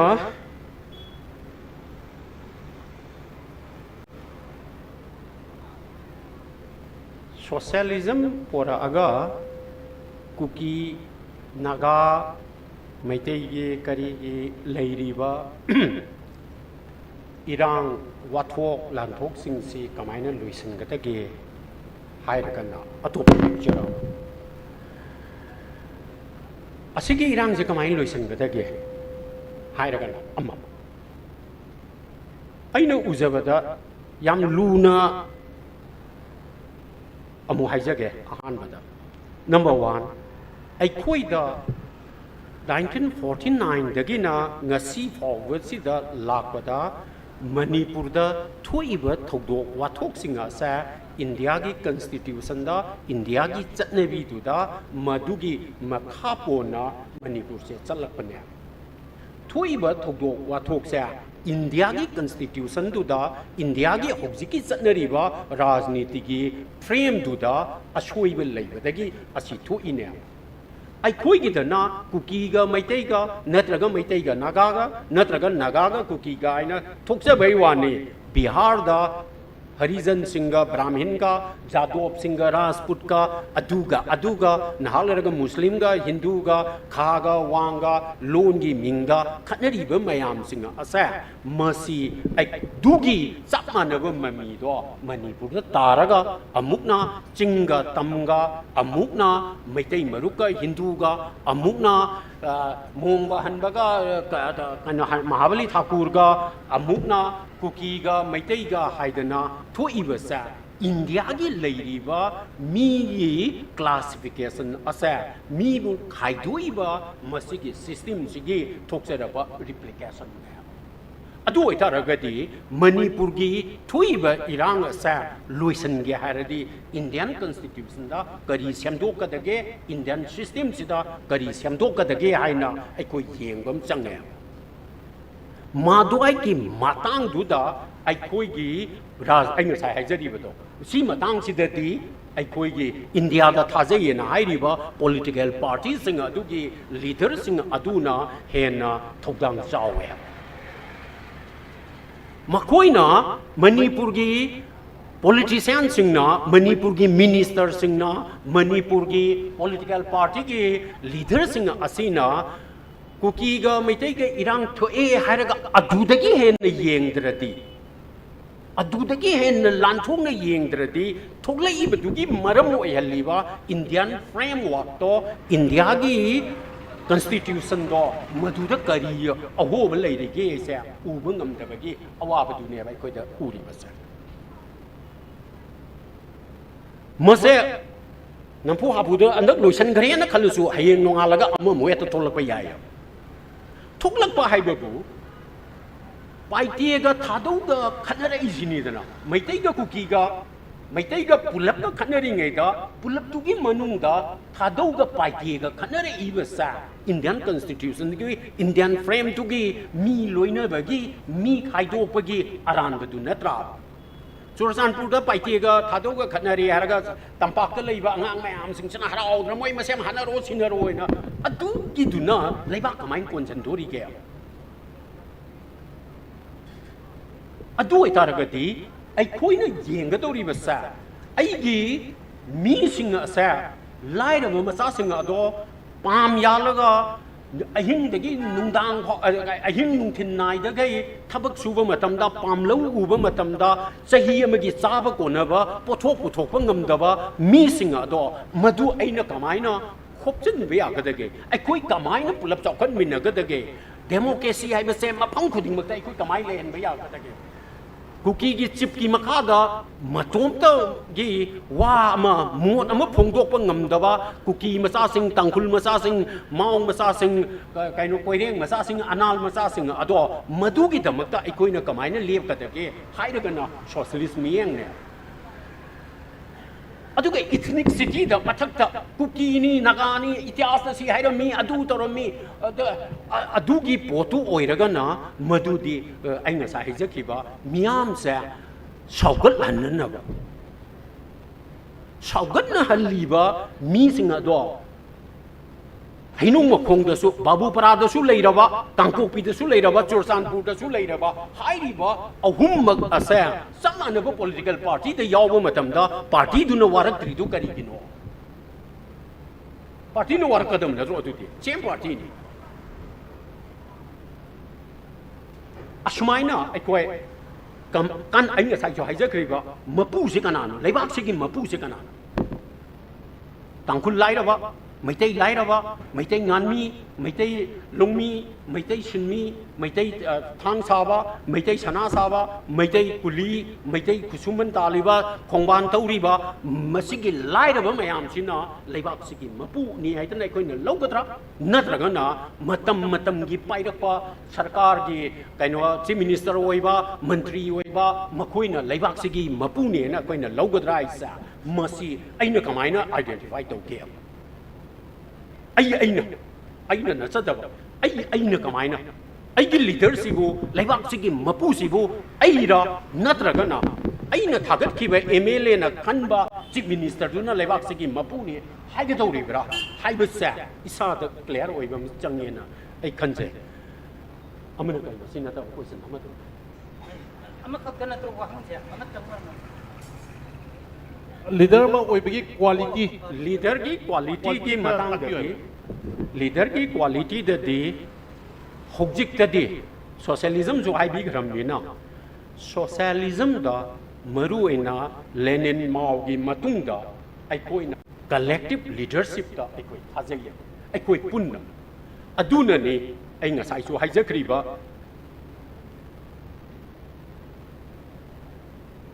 कैनोना हिजम इराबोटना 1948 गिना 1951 फाउबदा तौरमीबा थबक मयाम से मसिगी क्रेडिट सी हिजम इराबोट पीगदरा नत्रगना थबक अदु तौरीबा तौननबा वारे पीबा पार्टी दुद पीगदरा आरके मेघेंदा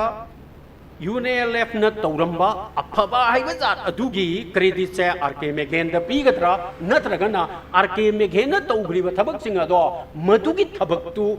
वारियप लौग्रिबा UNLF की मागी पार्टी दुंदा क्रेडिट तु पीगद्रा हाइबगी क्वेश्चन नम थोले लाइकवाइज BJP ना ngasi तौग्रिबा से चुम्मे हाइदना खनबा तारगति मधुगी बीजेपी द क्रेडिट से पीगद्रा नत्रगा मधुगी चेयरमैन ओरिबा सरदार देवी द मधुगी क्रेडिट पीगद्रा हाइबिसा मस्वाई सिद नेबा अखोइ द लेबिसा इंडिया दना बीजेपी गी मिंगदा बीजेपी गी टिकेटा कारइबा मी सिंगदुना एमपी सिंगदुना मसिंग यामे हाइरगा मसिंग यामी बा एमपी दुना खल्लीबा मी दो प्रधानमंत्री ओहले प्राइम मिनिस्टर ओहले मोदी ने ओहले मदुगा मोदी की सरकार सिने हेड तौरे इबसे मोदी की द क्रेडिट पीबा अदुगा मागी पार्टी दु दबाव क्रेडिट पीदबा सिगी सिस्टम सिना मणिपुर की कैनो से मसिदी यारो अखोइ द लीडरशिप आइबसा पार्टी दुगी कलेक्टिव लीडरशिप टू द करम पोट ꯃꯥꯡꯒꯤ ꯄꯣꯠꯁꯨ ꯎꯕ ꯇꯨꯡꯒꯤ ꯄꯣꯠꯁꯨ ꯎꯕ ꯑꯗꯨꯒ ꯍꯧꯖꯤꯛ ꯑꯩꯈꯣꯏꯗ ꯁꯣꯜꯂꯤꯕꯁꯤꯅ ꯀꯗꯥꯏꯗꯅꯣ ꯍꯥꯏꯕꯁꯦ ꯎꯕ ꯑꯗꯨꯒꯨꯝꯕ ꯄꯥꯔꯇꯤ ꯑꯃ ꯆꯪꯉꯦ ꯑꯩꯉꯣꯟꯗꯗꯤ ꯃꯤꯗꯒꯤꯗꯤ ꯂꯤꯗꯔꯗꯨꯗꯒꯤꯗꯤ ꯀꯂꯦꯛꯇꯤꯕ ꯂꯤꯗꯔꯁꯤꯞ ꯄꯨꯊꯣꯛꯀꯗꯧꯔꯤꯕ ꯄꯥꯔꯇꯤꯗꯨꯅ ꯍꯦꯟꯅ ꯃꯔꯨ ꯑꯣꯏ ꯑꯗꯨꯅ ꯑꯩꯈꯣꯏꯗ ꯍꯧꯖꯤꯛ ꯌꯦꯡꯕꯤꯌꯣ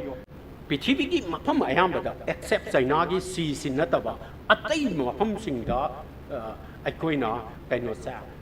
ꯃꯤꯗ ꯏꯟꯈꯠꯄ ꯅꯍꯥꯟꯋꯥꯏ ꯃꯥꯎꯁꯦꯇꯨꯡ ꯑꯗꯒꯤ ꯂꯦꯅꯤꯟ ꯐꯦꯗꯔꯦꯜ ꯀꯦꯁꯇ꯭ꯔꯣ ꯑꯣꯏꯅ ꯏꯟꯈꯠꯄ ꯑꯗꯨꯒꯤ ꯀꯩꯅꯣꯁꯦ ꯃꯤꯗ ꯀꯜ ꯁꯥꯒꯠꯄ ꯄꯔꯁꯣꯅꯦꯂꯤꯇꯤ ꯀꯜ ꯁꯥꯒꯠꯄ ꯃꯗꯨꯒꯤ ꯄꯣꯠꯇꯨꯗꯤ ꯑꯩꯈꯣꯏ ꯊꯥꯖꯗꯕ ꯑꯃꯗꯤ ꯄ꯭ꯔꯤꯊꯤꯕꯤꯒꯤ ꯃꯐꯝ ꯑꯌꯥꯝꯕꯗ ꯑꯩꯈꯣꯏ ꯃꯁꯤ ꯎꯔꯔꯣꯏ ꯑꯗꯨꯕꯨ ꯑꯀꯟꯕ ꯁꯣꯁꯤꯌꯦꯂꯤꯁ ꯃꯨꯚꯃꯦꯟ ꯍꯧꯖꯤꯛꯁꯨ ꯂꯩꯔꯤꯕ ꯁꯦ ꯀꯩꯅꯣꯗ ꯐꯤꯂꯤꯄꯤꯟꯁꯇ ꯑꯣꯏꯔꯣ ꯅꯠꯇ꯭ꯔꯦ ꯍꯥꯏꯔꯒꯅ ꯏꯟꯗꯣꯅꯦꯁꯤꯌꯥꯗ ꯑꯣꯏꯔꯣ ꯏꯚꯟ ꯑꯩꯈꯣꯏꯒꯤ ꯌꯨꯝꯂꯣꯟꯅꯔꯤꯕ ꯑꯋꯥꯗ ꯑꯣꯏꯔꯣ ꯃꯁꯤꯒꯤ ꯃꯐꯝꯁꯤꯡꯗꯗꯤ ꯑꯩꯈꯣꯏꯅ ꯃꯤꯗꯒꯤꯗꯤ ꯃꯥꯒꯤ ꯄꯥꯔꯇꯤ ꯑꯃꯗꯤ ꯃꯗꯨꯒꯤ ꯀꯂꯦꯛꯇꯤꯕ ꯀꯩꯅꯣꯗꯨꯅ ꯍꯦꯟꯅ ꯆꯪꯉꯤ ꯃꯗꯨꯒꯤꯗꯃꯛꯇꯗꯤ ꯑꯩꯈꯣꯏꯒꯤ ꯍꯧꯖꯤꯛ ꯂꯩꯔꯤꯕ ꯐꯤꯕꯝ ꯑꯁꯤꯒꯤ ꯍꯤꯁꯇꯣꯔꯤꯀꯦꯜ ꯀꯟꯗꯤꯁꯟꯁꯦ ꯃꯁꯛ ꯈꯪꯕ ꯄꯥꯔꯇꯤ ꯑꯩꯈꯣꯏꯅ ꯆꯥꯝꯊꯣꯛꯀꯗꯧꯔꯤꯕꯁꯦ ꯏꯊꯅꯤꯁꯤꯇꯤꯗ ꯍꯥꯏꯕꯗꯤ ꯑꯩ ꯃꯩꯇꯩꯅ ꯃꯩꯇꯩ ꯀꯨꯀꯤꯅ ꯀꯨꯀꯤ ꯅꯥꯒꯥꯅ ꯅꯥꯒꯥ ꯍꯥꯏꯁꯤꯅ ꯏꯊꯅꯤꯁꯤꯇꯤꯅꯤ ꯁꯤꯒꯤ ꯑꯄꯤꯛꯄ ꯀꯥꯈꯨꯜ ꯃꯆꯥ ꯃꯆꯥꯗ ꯁꯥꯒꯠꯄ ꯏꯍꯨꯜꯁꯦ ꯉꯥꯛꯀꯗ꯭ꯔꯥ ꯅꯠꯇ꯭ꯔꯒꯅ ꯑꯩꯈꯣꯏꯒꯤ ꯂꯩꯕꯥꯛꯁꯤꯗ ꯇꯨꯍꯠꯂꯤꯕ ꯅꯩꯍꯠꯂꯤꯕ ꯁꯦꯟ ꯊꯨꯝꯗ ꯂꯧꯕꯨꯛꯇ ꯉꯥꯐꯝꯗ ꯀꯔꯤꯗ ꯃꯁꯤꯒꯤ ꯀꯩꯅꯣꯁꯦ ꯃꯁꯤ ꯅꯥꯟꯊꯣꯛꯄ ꯉꯝꯕ ꯃꯁꯤꯒꯤ ꯁꯤꯡꯅꯕꯁꯦ ꯑꯩꯈꯣꯏꯅ ꯃꯥꯏꯔꯣꯡ ꯌꯥꯕ ꯉꯝꯕ ꯃꯥꯏꯔꯣꯡ ꯌꯥꯅꯕꯒꯤ ꯐꯣꯔꯃꯨꯂꯥ ꯄꯨꯊꯣꯛꯄ ꯉꯝꯕ ꯄꯥꯔꯇꯤ ꯑꯃ ꯆꯪꯉꯤ ꯃꯗꯨꯒꯤ ꯄꯥꯔꯇꯤꯗꯨꯅꯤ ꯑꯩꯈꯣꯏꯅ ꯀꯂꯦꯛꯇꯤꯕ ꯂꯤꯗꯔꯁꯤꯞ ꯍꯥꯏꯅ ꯀꯧꯒꯗꯧꯔꯤꯁꯦ ꯃꯁꯤ ꯍꯥꯏꯔꯒ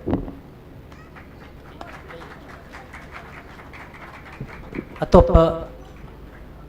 ꯍꯪꯉꯔꯣꯏ ꯑꯗꯨꯗꯤ ꯍꯧꯖꯤꯛ ꯑꯩꯈꯣꯏ ꯏꯀꯥꯏ ꯈꯨꯝꯅꯖꯔꯤꯕ ꯑꯩꯈꯣꯏ ꯉꯁꯤꯒꯤ ꯋꯥꯉꯥꯡꯂꯣꯏ ꯑꯣꯏꯕꯤꯔꯤꯕ ꯑꯣꯖꯥ MC ꯑꯣꯔꯨꯟꯅ ꯌꯥꯝꯅ ꯃꯔꯤꯛ ꯆꯨꯝꯕ ꯃꯌꯥꯝꯅ ꯃꯔꯤꯛ ꯆꯨꯝꯕ ꯋꯥꯐꯝ ꯊꯝꯕꯤꯈꯤꯕꯒ ꯂꯣꯏꯅꯅ ꯃꯌꯥꯝꯅ ꯈꯪꯕꯤꯅꯤꯡꯕ ꯄꯨꯛꯅꯤꯡꯗ ꯐꯥꯎꯕ ꯏꯍꯨꯜ ꯐꯣꯡꯗꯣꯛꯄꯤꯗꯨꯅ ꯍꯪꯕꯤꯈꯤꯕ ꯄꯦꯟꯕ ꯅꯠꯇ꯭ꯔꯒ ꯄꯦꯟꯗꯕ ꯑꯗꯨꯅ ꯑꯃꯅꯤ ꯑꯗꯨ ꯌꯥꯝꯅ ꯃꯔꯤꯛ ꯆꯨꯝꯅ ꯄꯥꯎꯈꯨꯝ ꯑꯗꯨꯝ ꯄꯤꯕꯤꯈꯤ ꯁꯣꯏꯗꯅ ꯄꯨꯛꯅꯤꯡꯗ ꯁꯦꯡꯕꯤꯔꯝꯒꯅꯤ ꯍꯥꯏꯅ ꯑꯗꯨꯃꯥꯏꯅ ꯑꯩꯒꯤ ꯄꯨꯛꯅꯤꯡꯗ ꯊꯥꯖꯩ ꯌꯥꯝ ꯃꯔꯨꯑꯣꯏꯅ ꯑꯩꯅ ꯅꯤꯡꯁꯤꯡꯍꯧꯕ ꯄꯣꯏꯟ ꯑꯃ ꯑꯅꯤꯗꯪ ꯅꯤꯡꯁꯤꯡꯖꯔꯕꯗ ꯑꯩꯈꯣꯏꯒꯤ ꯑꯣꯏꯕ ꯅꯍꯥꯟꯋꯥꯏ